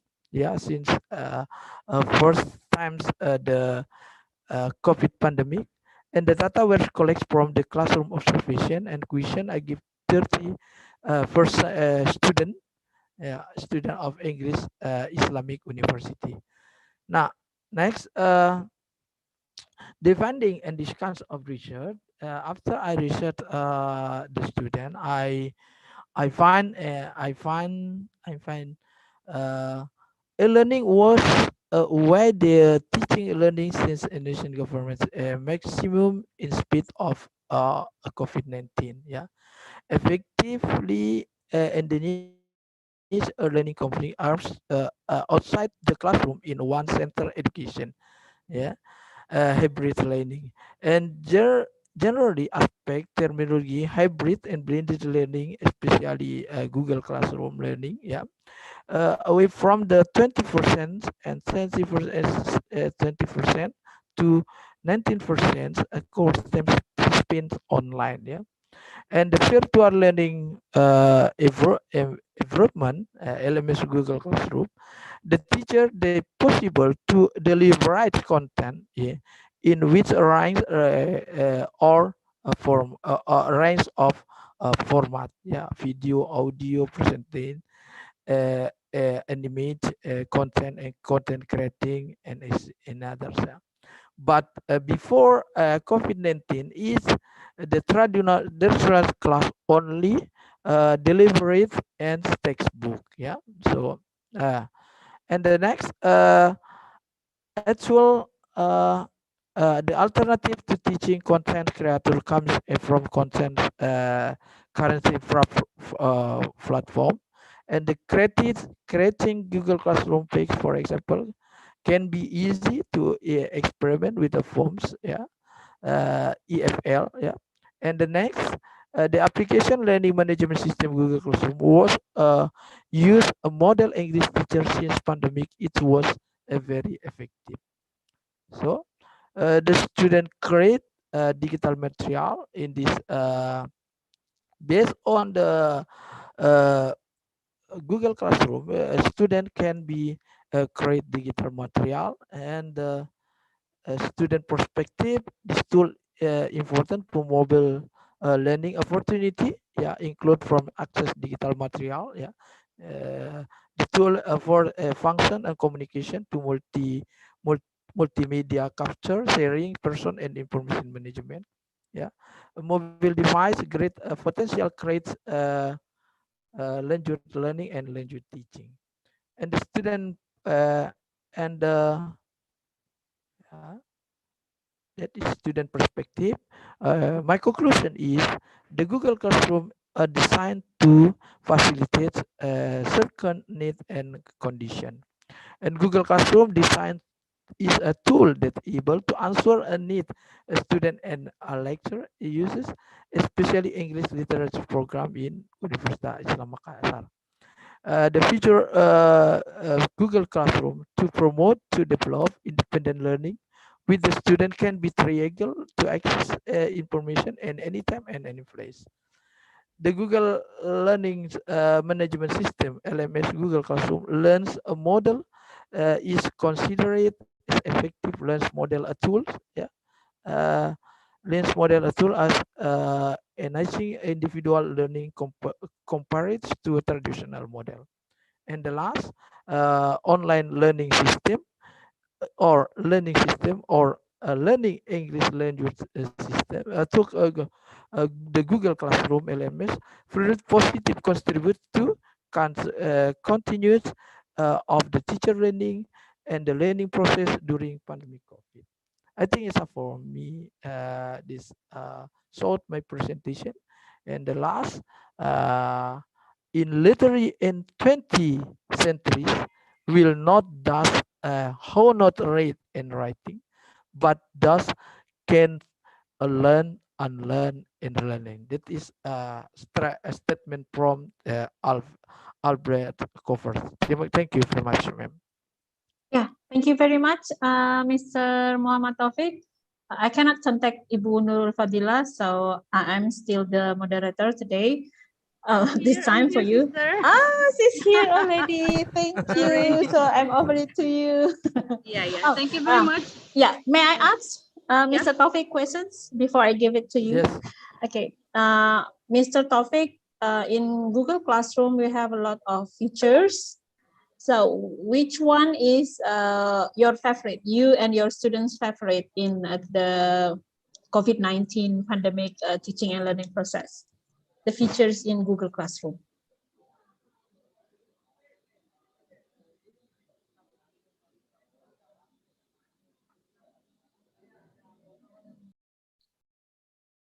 Hello, sir, you do not unmute.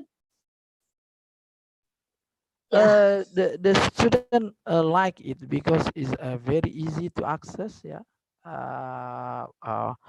we are not more. If I give her uh, assignment, for example, that's only give we are only give sends the links of the question, the material, the link of her answer, and the next, uh, and if that is writing, is we are right, yeah, direct write the question or the answer in the chat word, yeah, chat word, and we are now directly I directly give her a score, yeah, so we yeah, score from her. Oh, that is, and and the easy if I uh, use the forum, yeah, for discussing about material what all the participants, and I know how many students still in missing her work, and Oh. me directly I know who is missing study participant in this meeting, in this is missing of her work, homework, yeah, that is the like it, yeah, because the student know need respond, yeah, need the direct response from Direct response.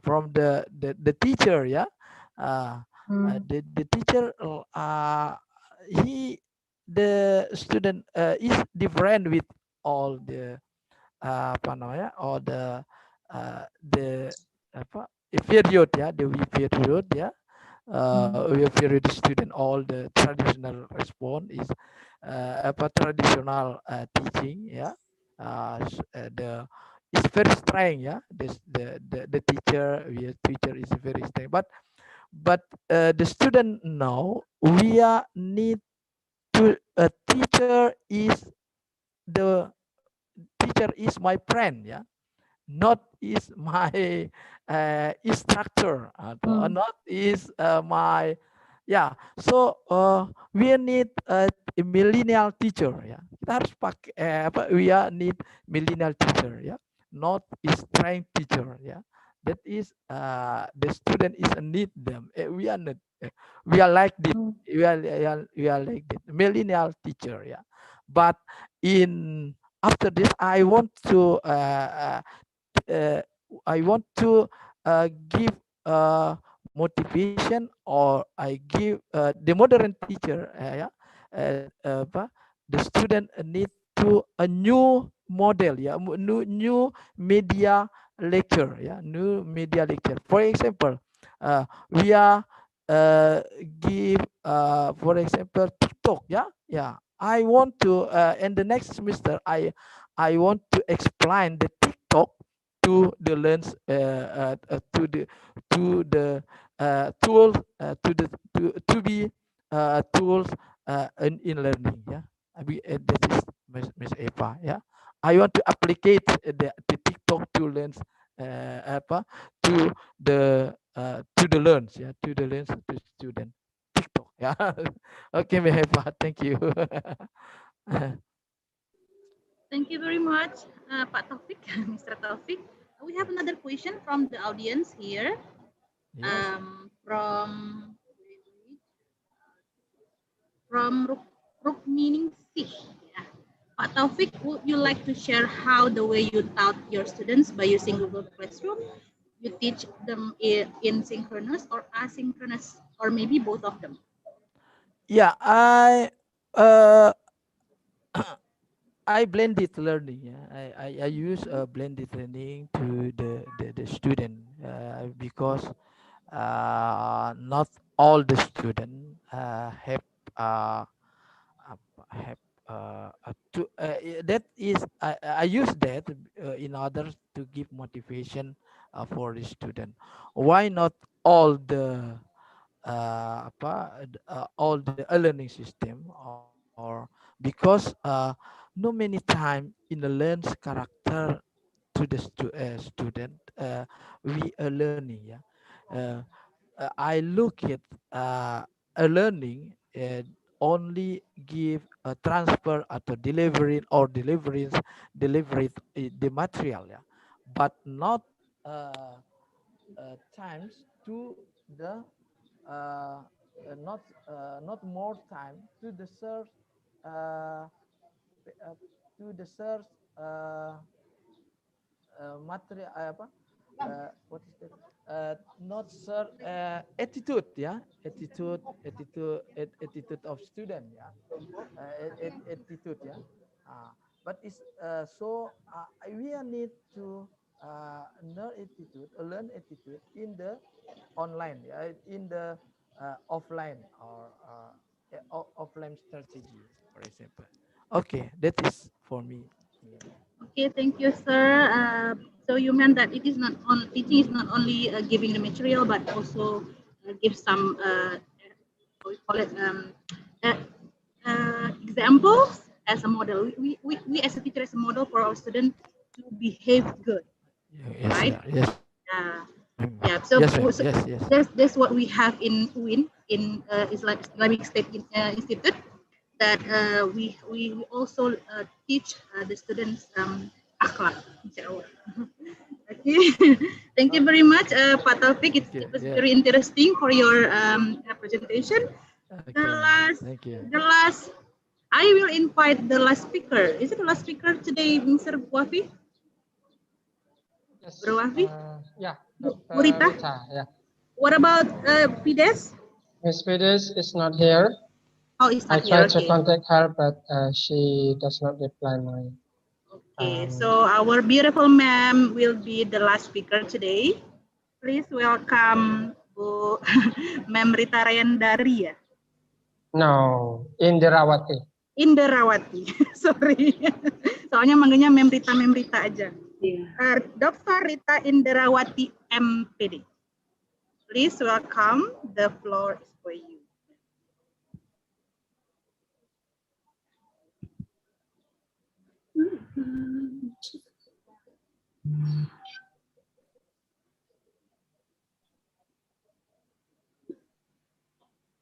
Okay, let me prepare this one first. What is it? Number 6. Okay. Can see you prepare it well. Many Thank you. materials there. Hello? Quite interesting. Yeah. Can you hear my voice? Yes, it is clear. Thank you. Yeah, you are audible. Okay, so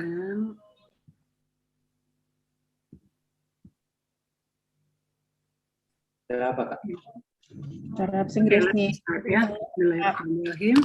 Assalamualaikum warahmatullahi wabarakatuh. Waalaikumsalam warahmatullahi wabarakatuh. Good day, everybody. I'd like to say thank you to Director of IAIN Madura, who has invited me to be one of the speaker in this mega lecture talk. Okay. It is new for me, mega lecture talk. So it is interesting.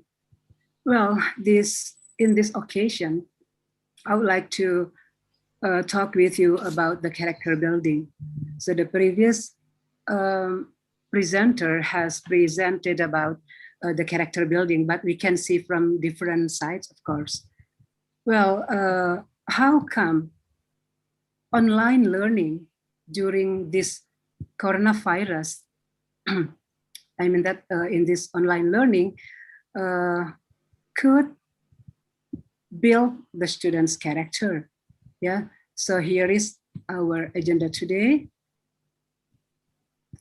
from introduction, and then I have two contents about the teachings of literature in ELT and academic writing and the character building in it. And of course, I have also the conclusion for that. Well, in English language teaching, the language is learned by anyone whose language is not English, of course. Well, so in this pandemic era, it is a challenge for educators like us, to teach virtually by transforming from offline to go to online. So we have to think of the learning, that learning is not only to transfer the knowledge, but also to educate the students. Well, character education is an effort to create smart and good people who have noble character and personality. It can be successful if learning is not only from the perspective of cognitive domain, but it must be balanced. So the cognitive, affective, and psychomotor domains to build student characters. It is a challenge for us as educators to implement the character education in this COVID-19 pandemic era. Sorry.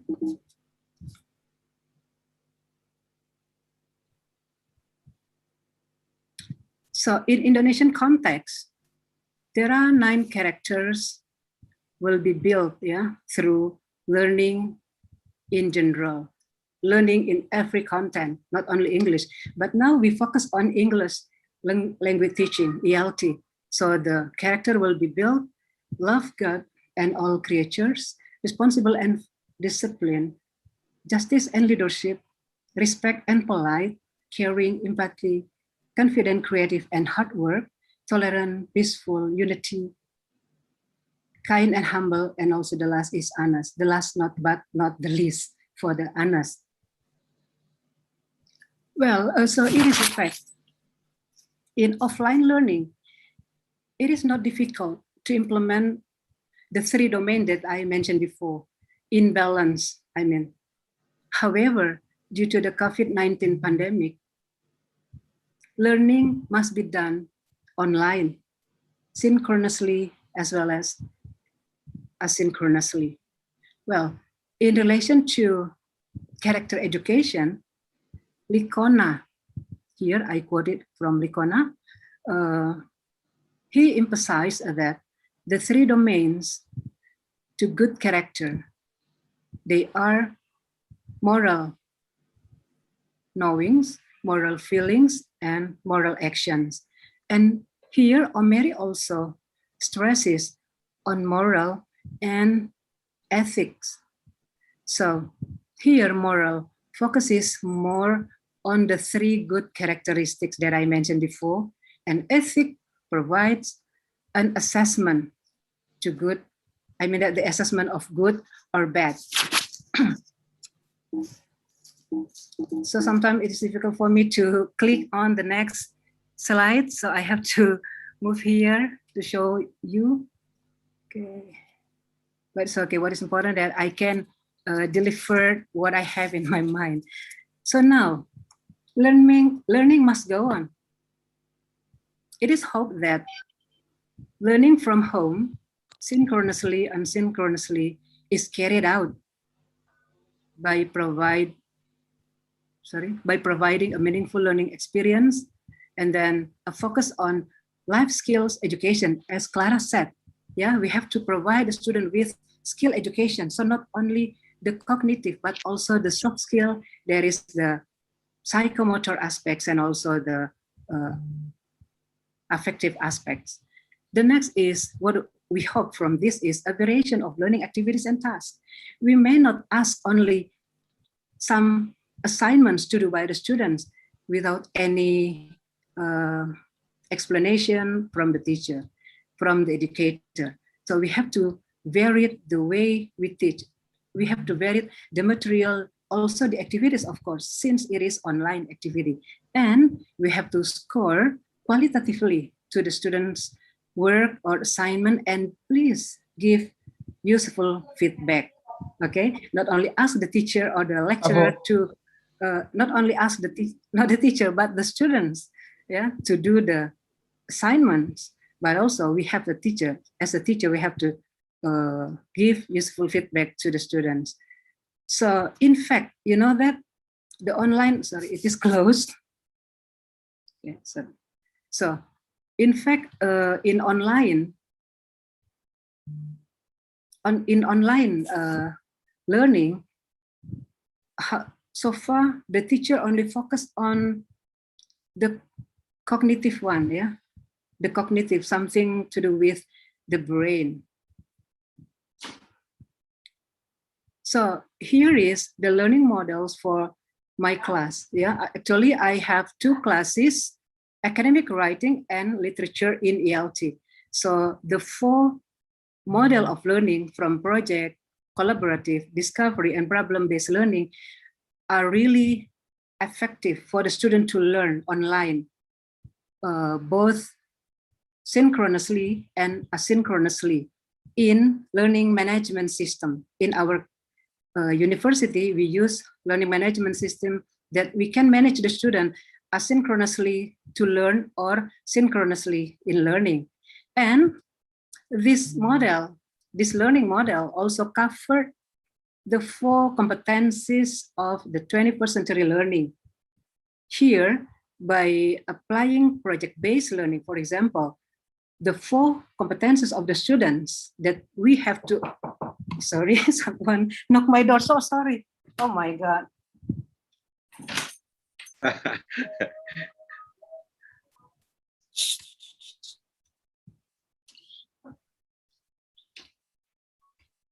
Wow, it is online presentation, online webinar.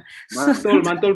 Someone knocked the door. Yeah, my mom over there outside. Yeah, I forget. Mashallah, mashallah. Alhamdulillah. I knocked the door. Sorry, I locked the door. I forget that. She outside of my room. My Dr. Rita, if you have a problem in playing your slides, let me help you. Is it no problem? No. I think it's okay. Okay. So I would like to remind you that these 4 model of learning also involve the 4 competencies of the students, because we have to develop the 4 competencies of the students. They are communication, collaboration, critical thinking, and creativity. So we have to focus on that one.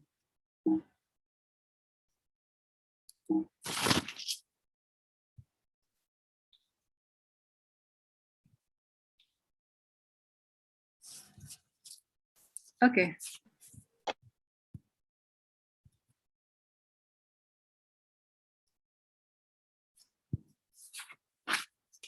Okay, so in academic writing class, I teach paragraph writing, essay writing, and article writing in different semester. For example, the paragraph written by the students, yeah, at the first, the student write the paragraph in the different semester. It can be the basis for the student to write essay. And in essay class, they were taught how to write, how to develop a paragraph to be an essay. And the last, in the next class, there is a article writing class. They have the basis. They have the capital I said, that is the essay, because from the essay, they can build that essay to be the article. Okay. Now, I would like to tell you, I mean like this, let's see here that in this slides, how academic writing has a potential effect for character building. How this course, I mean academic writing, can characterize the students.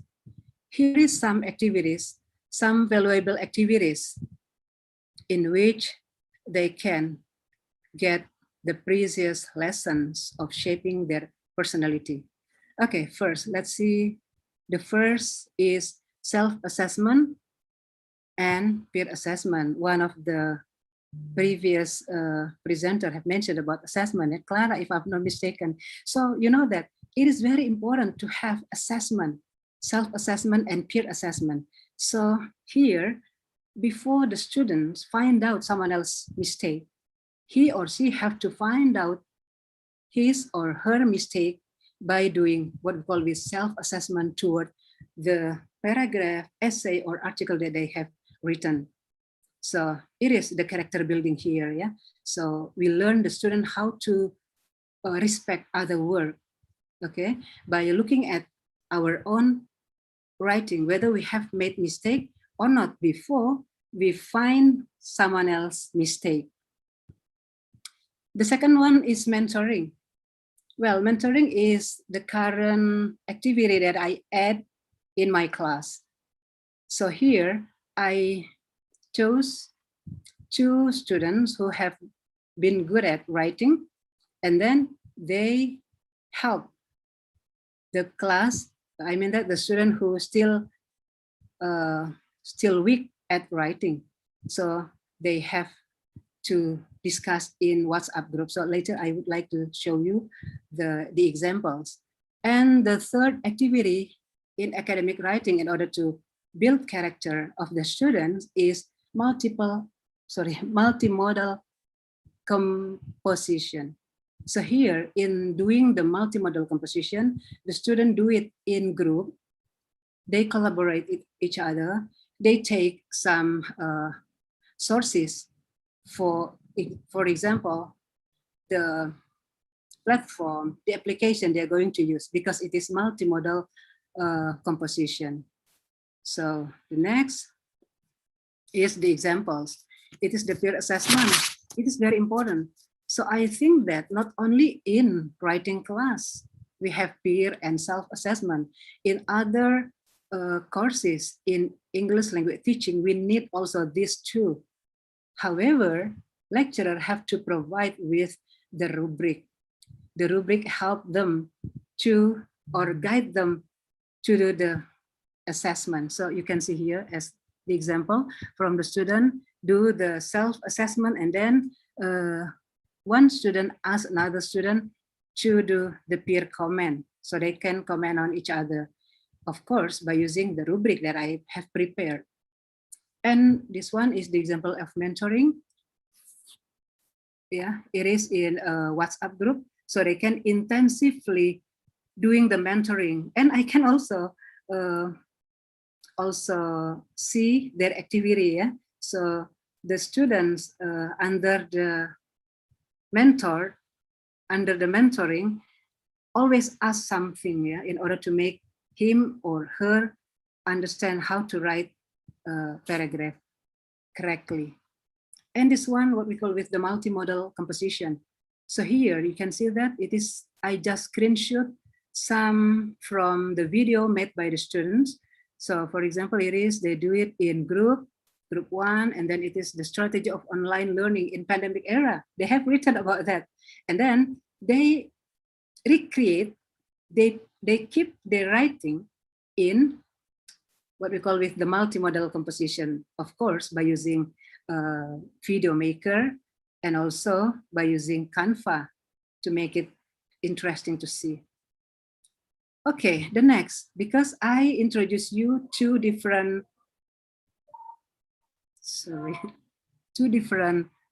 courses. So the second courses that I thought is literature in ELT. Of course, literature in ELT can shape the student's character by responding literary verbally, by applying reader response strategy, and non-verbal by the use of 4 dimensions of visual symbols, and performing virtual drama by utilizing Zoom platform and Canva application. So this one, the theory that I use to characterize the students. Look at this, there are 7 responses of the reader response strategy: describing, interpreting, conceiving, and explaining. These 4 responses can be used by the student in order to sharpen their knowledge, yes, or to develop their cognitive domain. And the other 3, connecting, engaging, and judging, are used to sharpen the affective domain.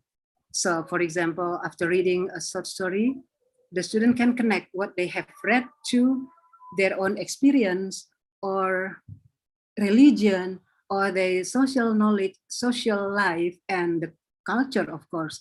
So you know that by doing this one, by responding the literary works, the student gradually sharpens their character, to sharpen their knowledge, their feeling also, and their psychomotor. Okay, so for psychomotor domain, yeah, we can use reader response strategy to sharpen psychomotor domain, but I think that it's better for us to have another one.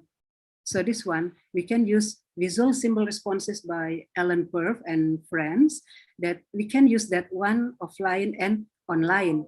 So this one, the 4-dimension, graph, illustration, film, and performance art. These 4 dimensions have been done in my class offline. However, because of the pandemic, we use this one in online class. However, we more focused on film or video, that is the special effect. The special effect in order to make a drama performance. Okay, this one, in offline, for example, visual symbol response, the students, after reading a short story, for example, they can make the picture like this, the picture of the character, the main character, or to make the tableau like this. Other group will guess what have been performed by the students. So this one what we call with tableau. And this one, the sociogram, in order to show the connection among the characters.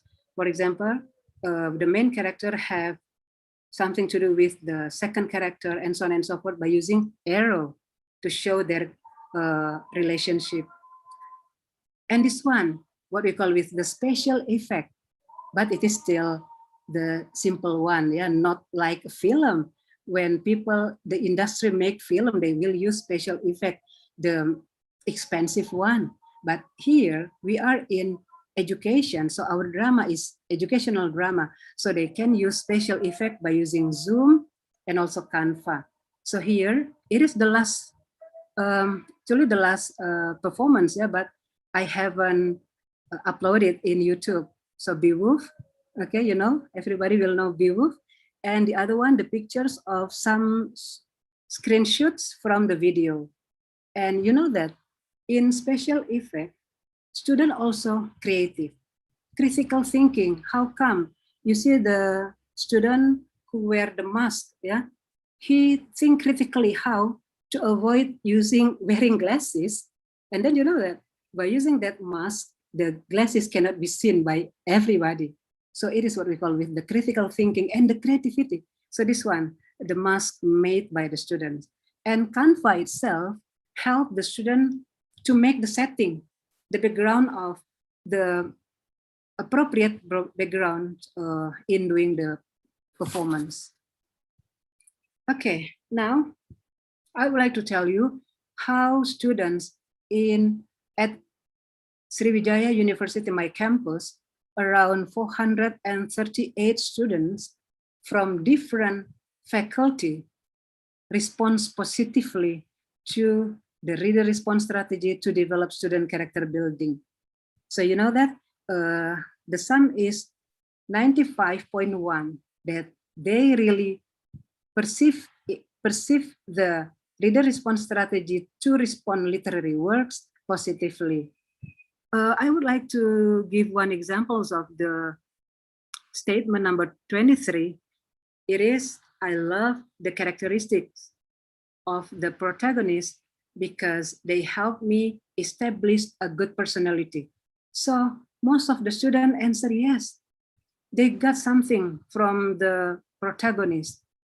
So it is only one example for you to know, yeah, how literature can help students to build the student. However, so far literature only thought in very small area, very small, yeah, in language education, but it is not, it is okay, yeah, since we, lecturer, teacher, can make this optimum.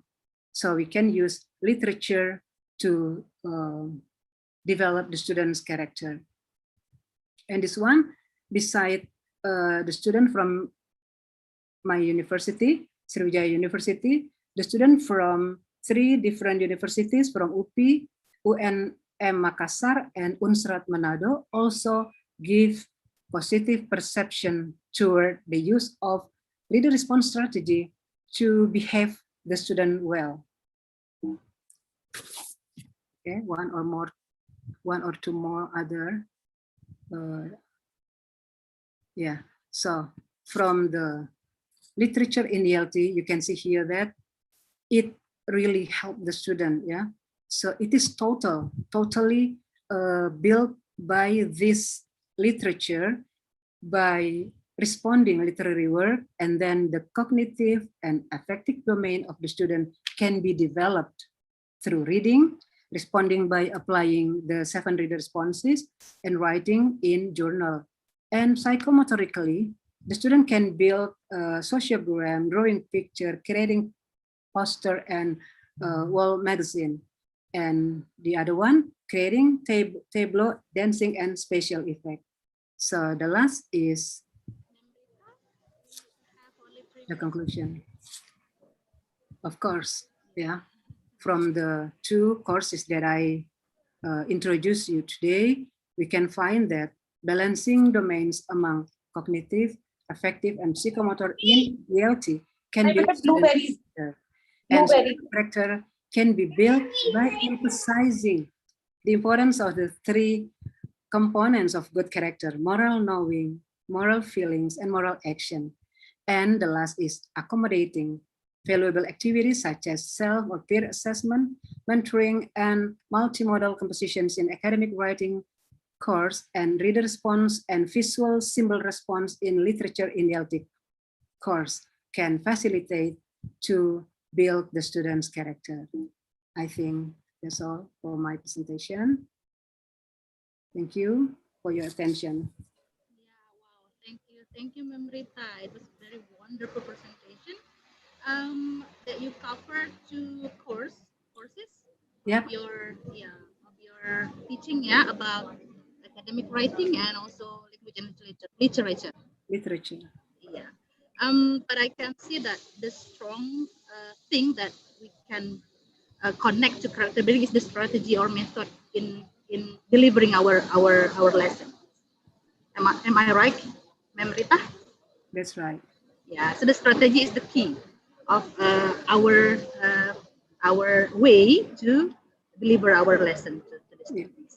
Okay, I will invite participants. Is there any question for Ma'am Rita?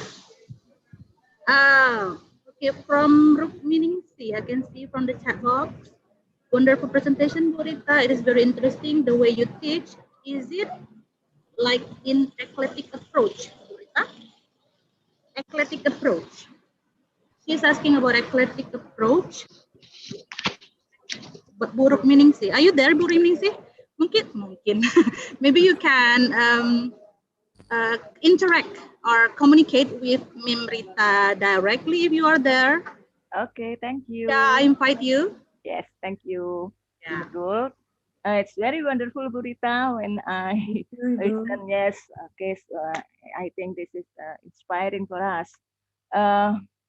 But I just take my conclusion, but is it right or not that you use eclectic approach? It means that you use in one class, in your one class, you use many kinds of methods, strategy in one subject, I mean. That's it.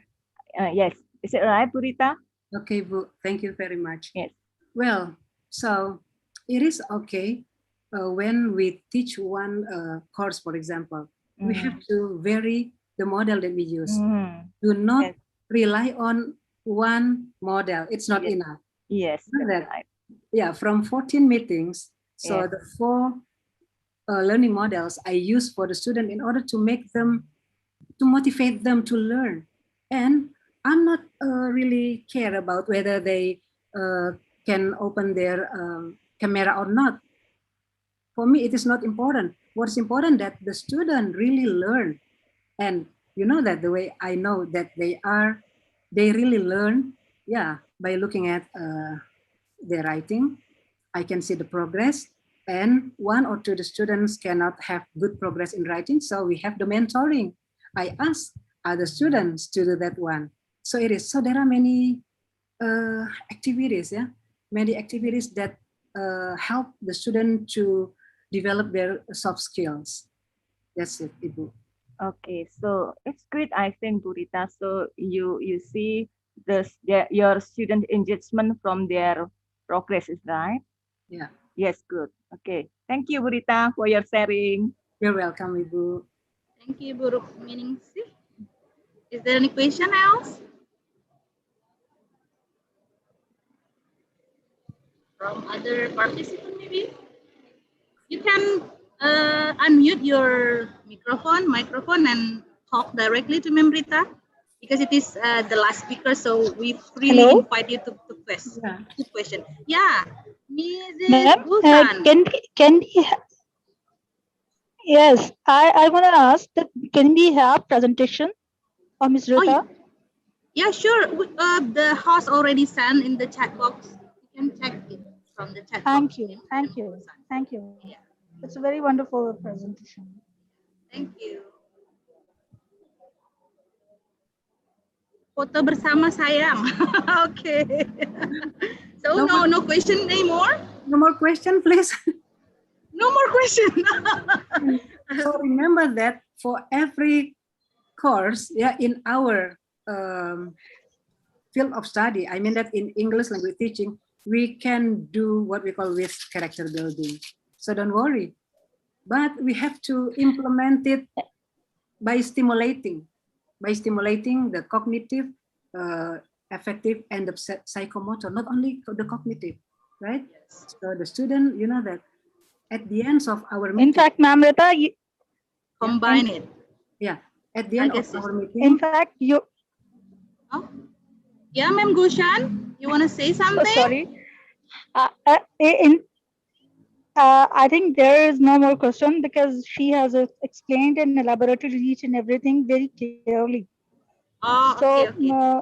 So we have understood what she have presented, and that's why there is no question for her. Yeah. And her presentation was very clear. Yeah, Ma'am Rita is giving her closing statement right now. Yeah. Okay. Okay. I think so we are hearing for her. Yeah. Yeah, I think like this. Character education in online learning, especially in our field of study, ELT, can only be achieved by stimulating the cognitive, affective, and psychomotor domains synchronously and asynchronously by creating useful activities. Only that. Thank you. Thank you, ma'am. It is very nice from you. Okay. As Ma'am Rita finished her presentation, I also finished the question and answer. Now we are in the end of our event.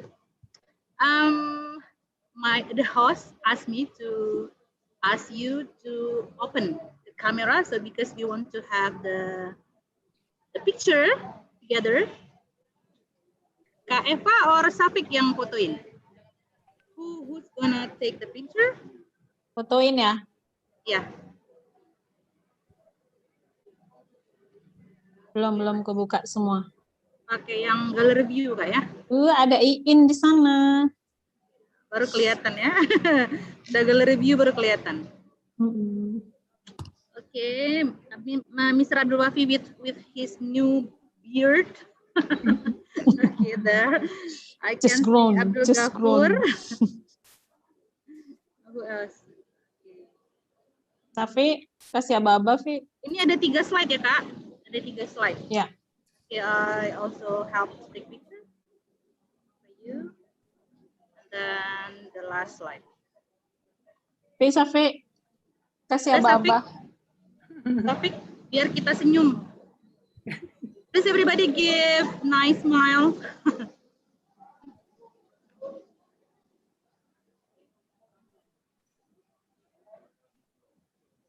Ada aba-abanya, Kak? Nggak ada? Bang Wafi dikasih aba-aba, Bang Wafi. Bro Wafi. Okay. 1, 2, I have got 3. 3. Say cheese. Okay. Next Done. slide. Oh, next slide. Nggak ada lagi aku. Again. Hey, say cheese. Last. Okay. It's very nice today. Okay. We have 70 participants, yeah, since the first, when we just start the meeting, it's like 90 participants 90 join something, us. yeah, this morning. Yeah. And this afternoon. And still stay here about 70%. Yeah. 70 people. We have a very inspiring presenters today, so they are still here till the end. And we also will have another great presenters tomorrow, so please come again tomorrow at 1. Yeah, at 1 p.m. Yeah. I am as moderator. I want to take a leave. Yeah, what? Are you going to take a leave? Yeah. Ngambil cuti. Bang Alek. Thank you, Terima Dr. kasih Alek. banyak. Ini ada Bulas. Ya, alhamdulillah. Terima kasih. Siap, makasih. Terima kasih Mbak Nurul. Besok-besok ke tempat Lulu, Bang Alek. Ya, besok-besok ke tempat dulu ya. Mantul. Nanti kalau lolos ujiannya wajib ngasih tiket kita ke sana. Plus traktiran. Lagi menghadap ujian ya, Bu Eva ya. Ya, terima kasih Bang Wafi. Thank you. Ya, thank you Dr. Mohammad Pak Taufik, Bang Alek, Bu Eva, Ibu Nurul Fadila, semua presenter di sini, partisipan juga. Ajak-ajak elit Bang Alek. Dear Sister Gulsan, dear Sister Gulsan, ma'am, from Pakistan. I think your picture is like Malala Yousafzai. Kak Eva, we have the third day speakers here, Ma'am Zuriati from IAIN Luxemburg. Oh yeah. Here, stay until the end. Of course, I will be here. You also should be here. Yeah, this one. Hello, this is Ibu Zuriati. Hello, see you tomorrow and on the next day. Yes, sure. You also have Mr. behind you, waving his hand. Selamat sore dan selamat berjumpa di kesempatan besok, insya Allah. Besok sama lusa Pak Alek. Terima kasih sudah datang. Semangat sekali Ibu Eva, semangat sekali. Saya senang, dan Ibu Nurul Fadilah, masya Allah. Bu Lulu Pak. Pak saya yang dapat hadiah kemarin pas acara elit. Oh iya. Kalau Nurul Fadilah nggak inget, tapi Lulu inget kan Pak. Ngaku elit ya, masya Allah. Eliters. Perlu elit. Minum kopi gayo ini. Iya. Boleh Pak, Mantap, nanti kita ajakin. Thank you for today. Siapa ini yang chatting barusan? High Point. High Point. Ya. Thank you High Point. Ya. So we have also some participants from abroad ya Kak? Yeah. Yeah. Hopefully tomorrow and the next day, the second and the third day, we will have this much or this many kind of 90-80. Thank you very much. Ibu Tete Eva tuh, thanks a lot all Tete Eva. Kapan albumnya keluar nih Teh? Soon katanya. Gulsan. Miss Gulsan Ara. Okay, Miss Gulsan. Miss Gulsan from Pakistan. From Pakistan ya. It's one of this our speaker too. I'm from Pakistan. I am from Pakistan too. Oh yeah, I can see. Bagian selatan. It's a pleasure to know that. It's very pleasure to know that. Pleasure to know that. Thank you. Bang Wafi. Pleasure katanya to know that you are from Pakistan too. But different Pakistan, Ma'am Gulsan. Different Pakistan. Pamekasan bagian selatan. Pamekasan South. Pamekasan is thank you. Thank you. See you tomorrow, Ma'am Gulsan. Thanks a lot. Inshallah. Thank you so much. Masya Allah. Ma'am Rita masih di sini kah? Masih. So I Oh ya, will masih. thank you. Iya. Let me leave this room, okay? Thank Iya, you. sure, sure. Ya, thank Terima you. kasih, Thank Bu you. Rita. sama-sama Ibu. Terima kasih Bu Rita. Tadi Bu Rita Terima buka kasih. sambil buka pintu Bu Rita ya. My mother, itulah. Terima kasih semuanya. Kalau di rumah kan gitu, tahu-tahu ada Ya. gangguannya gitu ya. Bahayanya. Itu makan suara ayam. Monggo, Indahnya Teh kalau Eva. online, Bu Rita kalau online kan indah gitu, sambil ngajar juga bisa buka pintuan enak gitu. Sambil Bapak, goreng Ibu. ikan. Bang Alek. Pamit. Bang Alek. Pak Chairil. Pensiunnya Pak sejak Chairil. kapan, Ada Bang? Pak Silakan, Chairil Pak. tuh. Terima kasih, Pak. Ya, makasih. Terima kasih banyak Pak Chairil. Pak Insya Allah Chairil, ketemu lagi thank di you. event lain ya, Pak. Bang Hairil. Itu Very- fotonya di ini ya, Very di pleased to negeri be invited. Paman Sam. Pak Chairil, halo Pak Chairil. Ya, halo. I have sent the certificate to your email, so kindly Oh. check. Okay. Masya Allah. So, thank you for that. Thank you for that. Oke, Pak Alek sudah ya? Okay, I'm going to double check quicker. Thank you so much. Thank you Mas Govi, thank you. Sama-sama, Pak Dr. Taufik Bapak, masih belum. abang-abang lu live ya. Thank you very Monggo. much. You. Makasih, Lu. Assalamualaikum. Selamat Makasih, Lu. istirahat. Iya, sama-sama, Bang. Ya. Waalaikumsalam.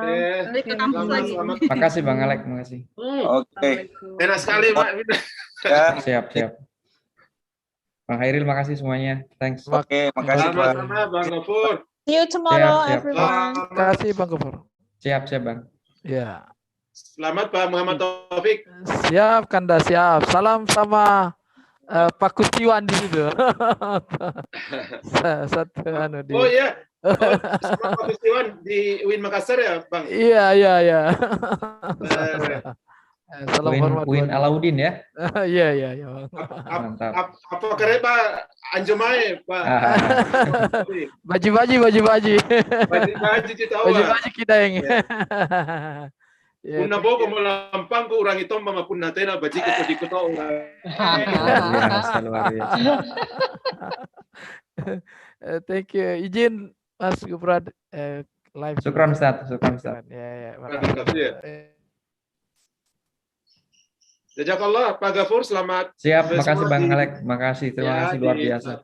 Insyaallah. Amin. Jazakallah. Assalamualaikum warahmatullahi Waalaikumsalam wabarakatuh. warahmatullahi. Syukran. Bisa ditutup Bang Wafi? Oke, siap Anda. Oke, see you everyone. See you tomorrow.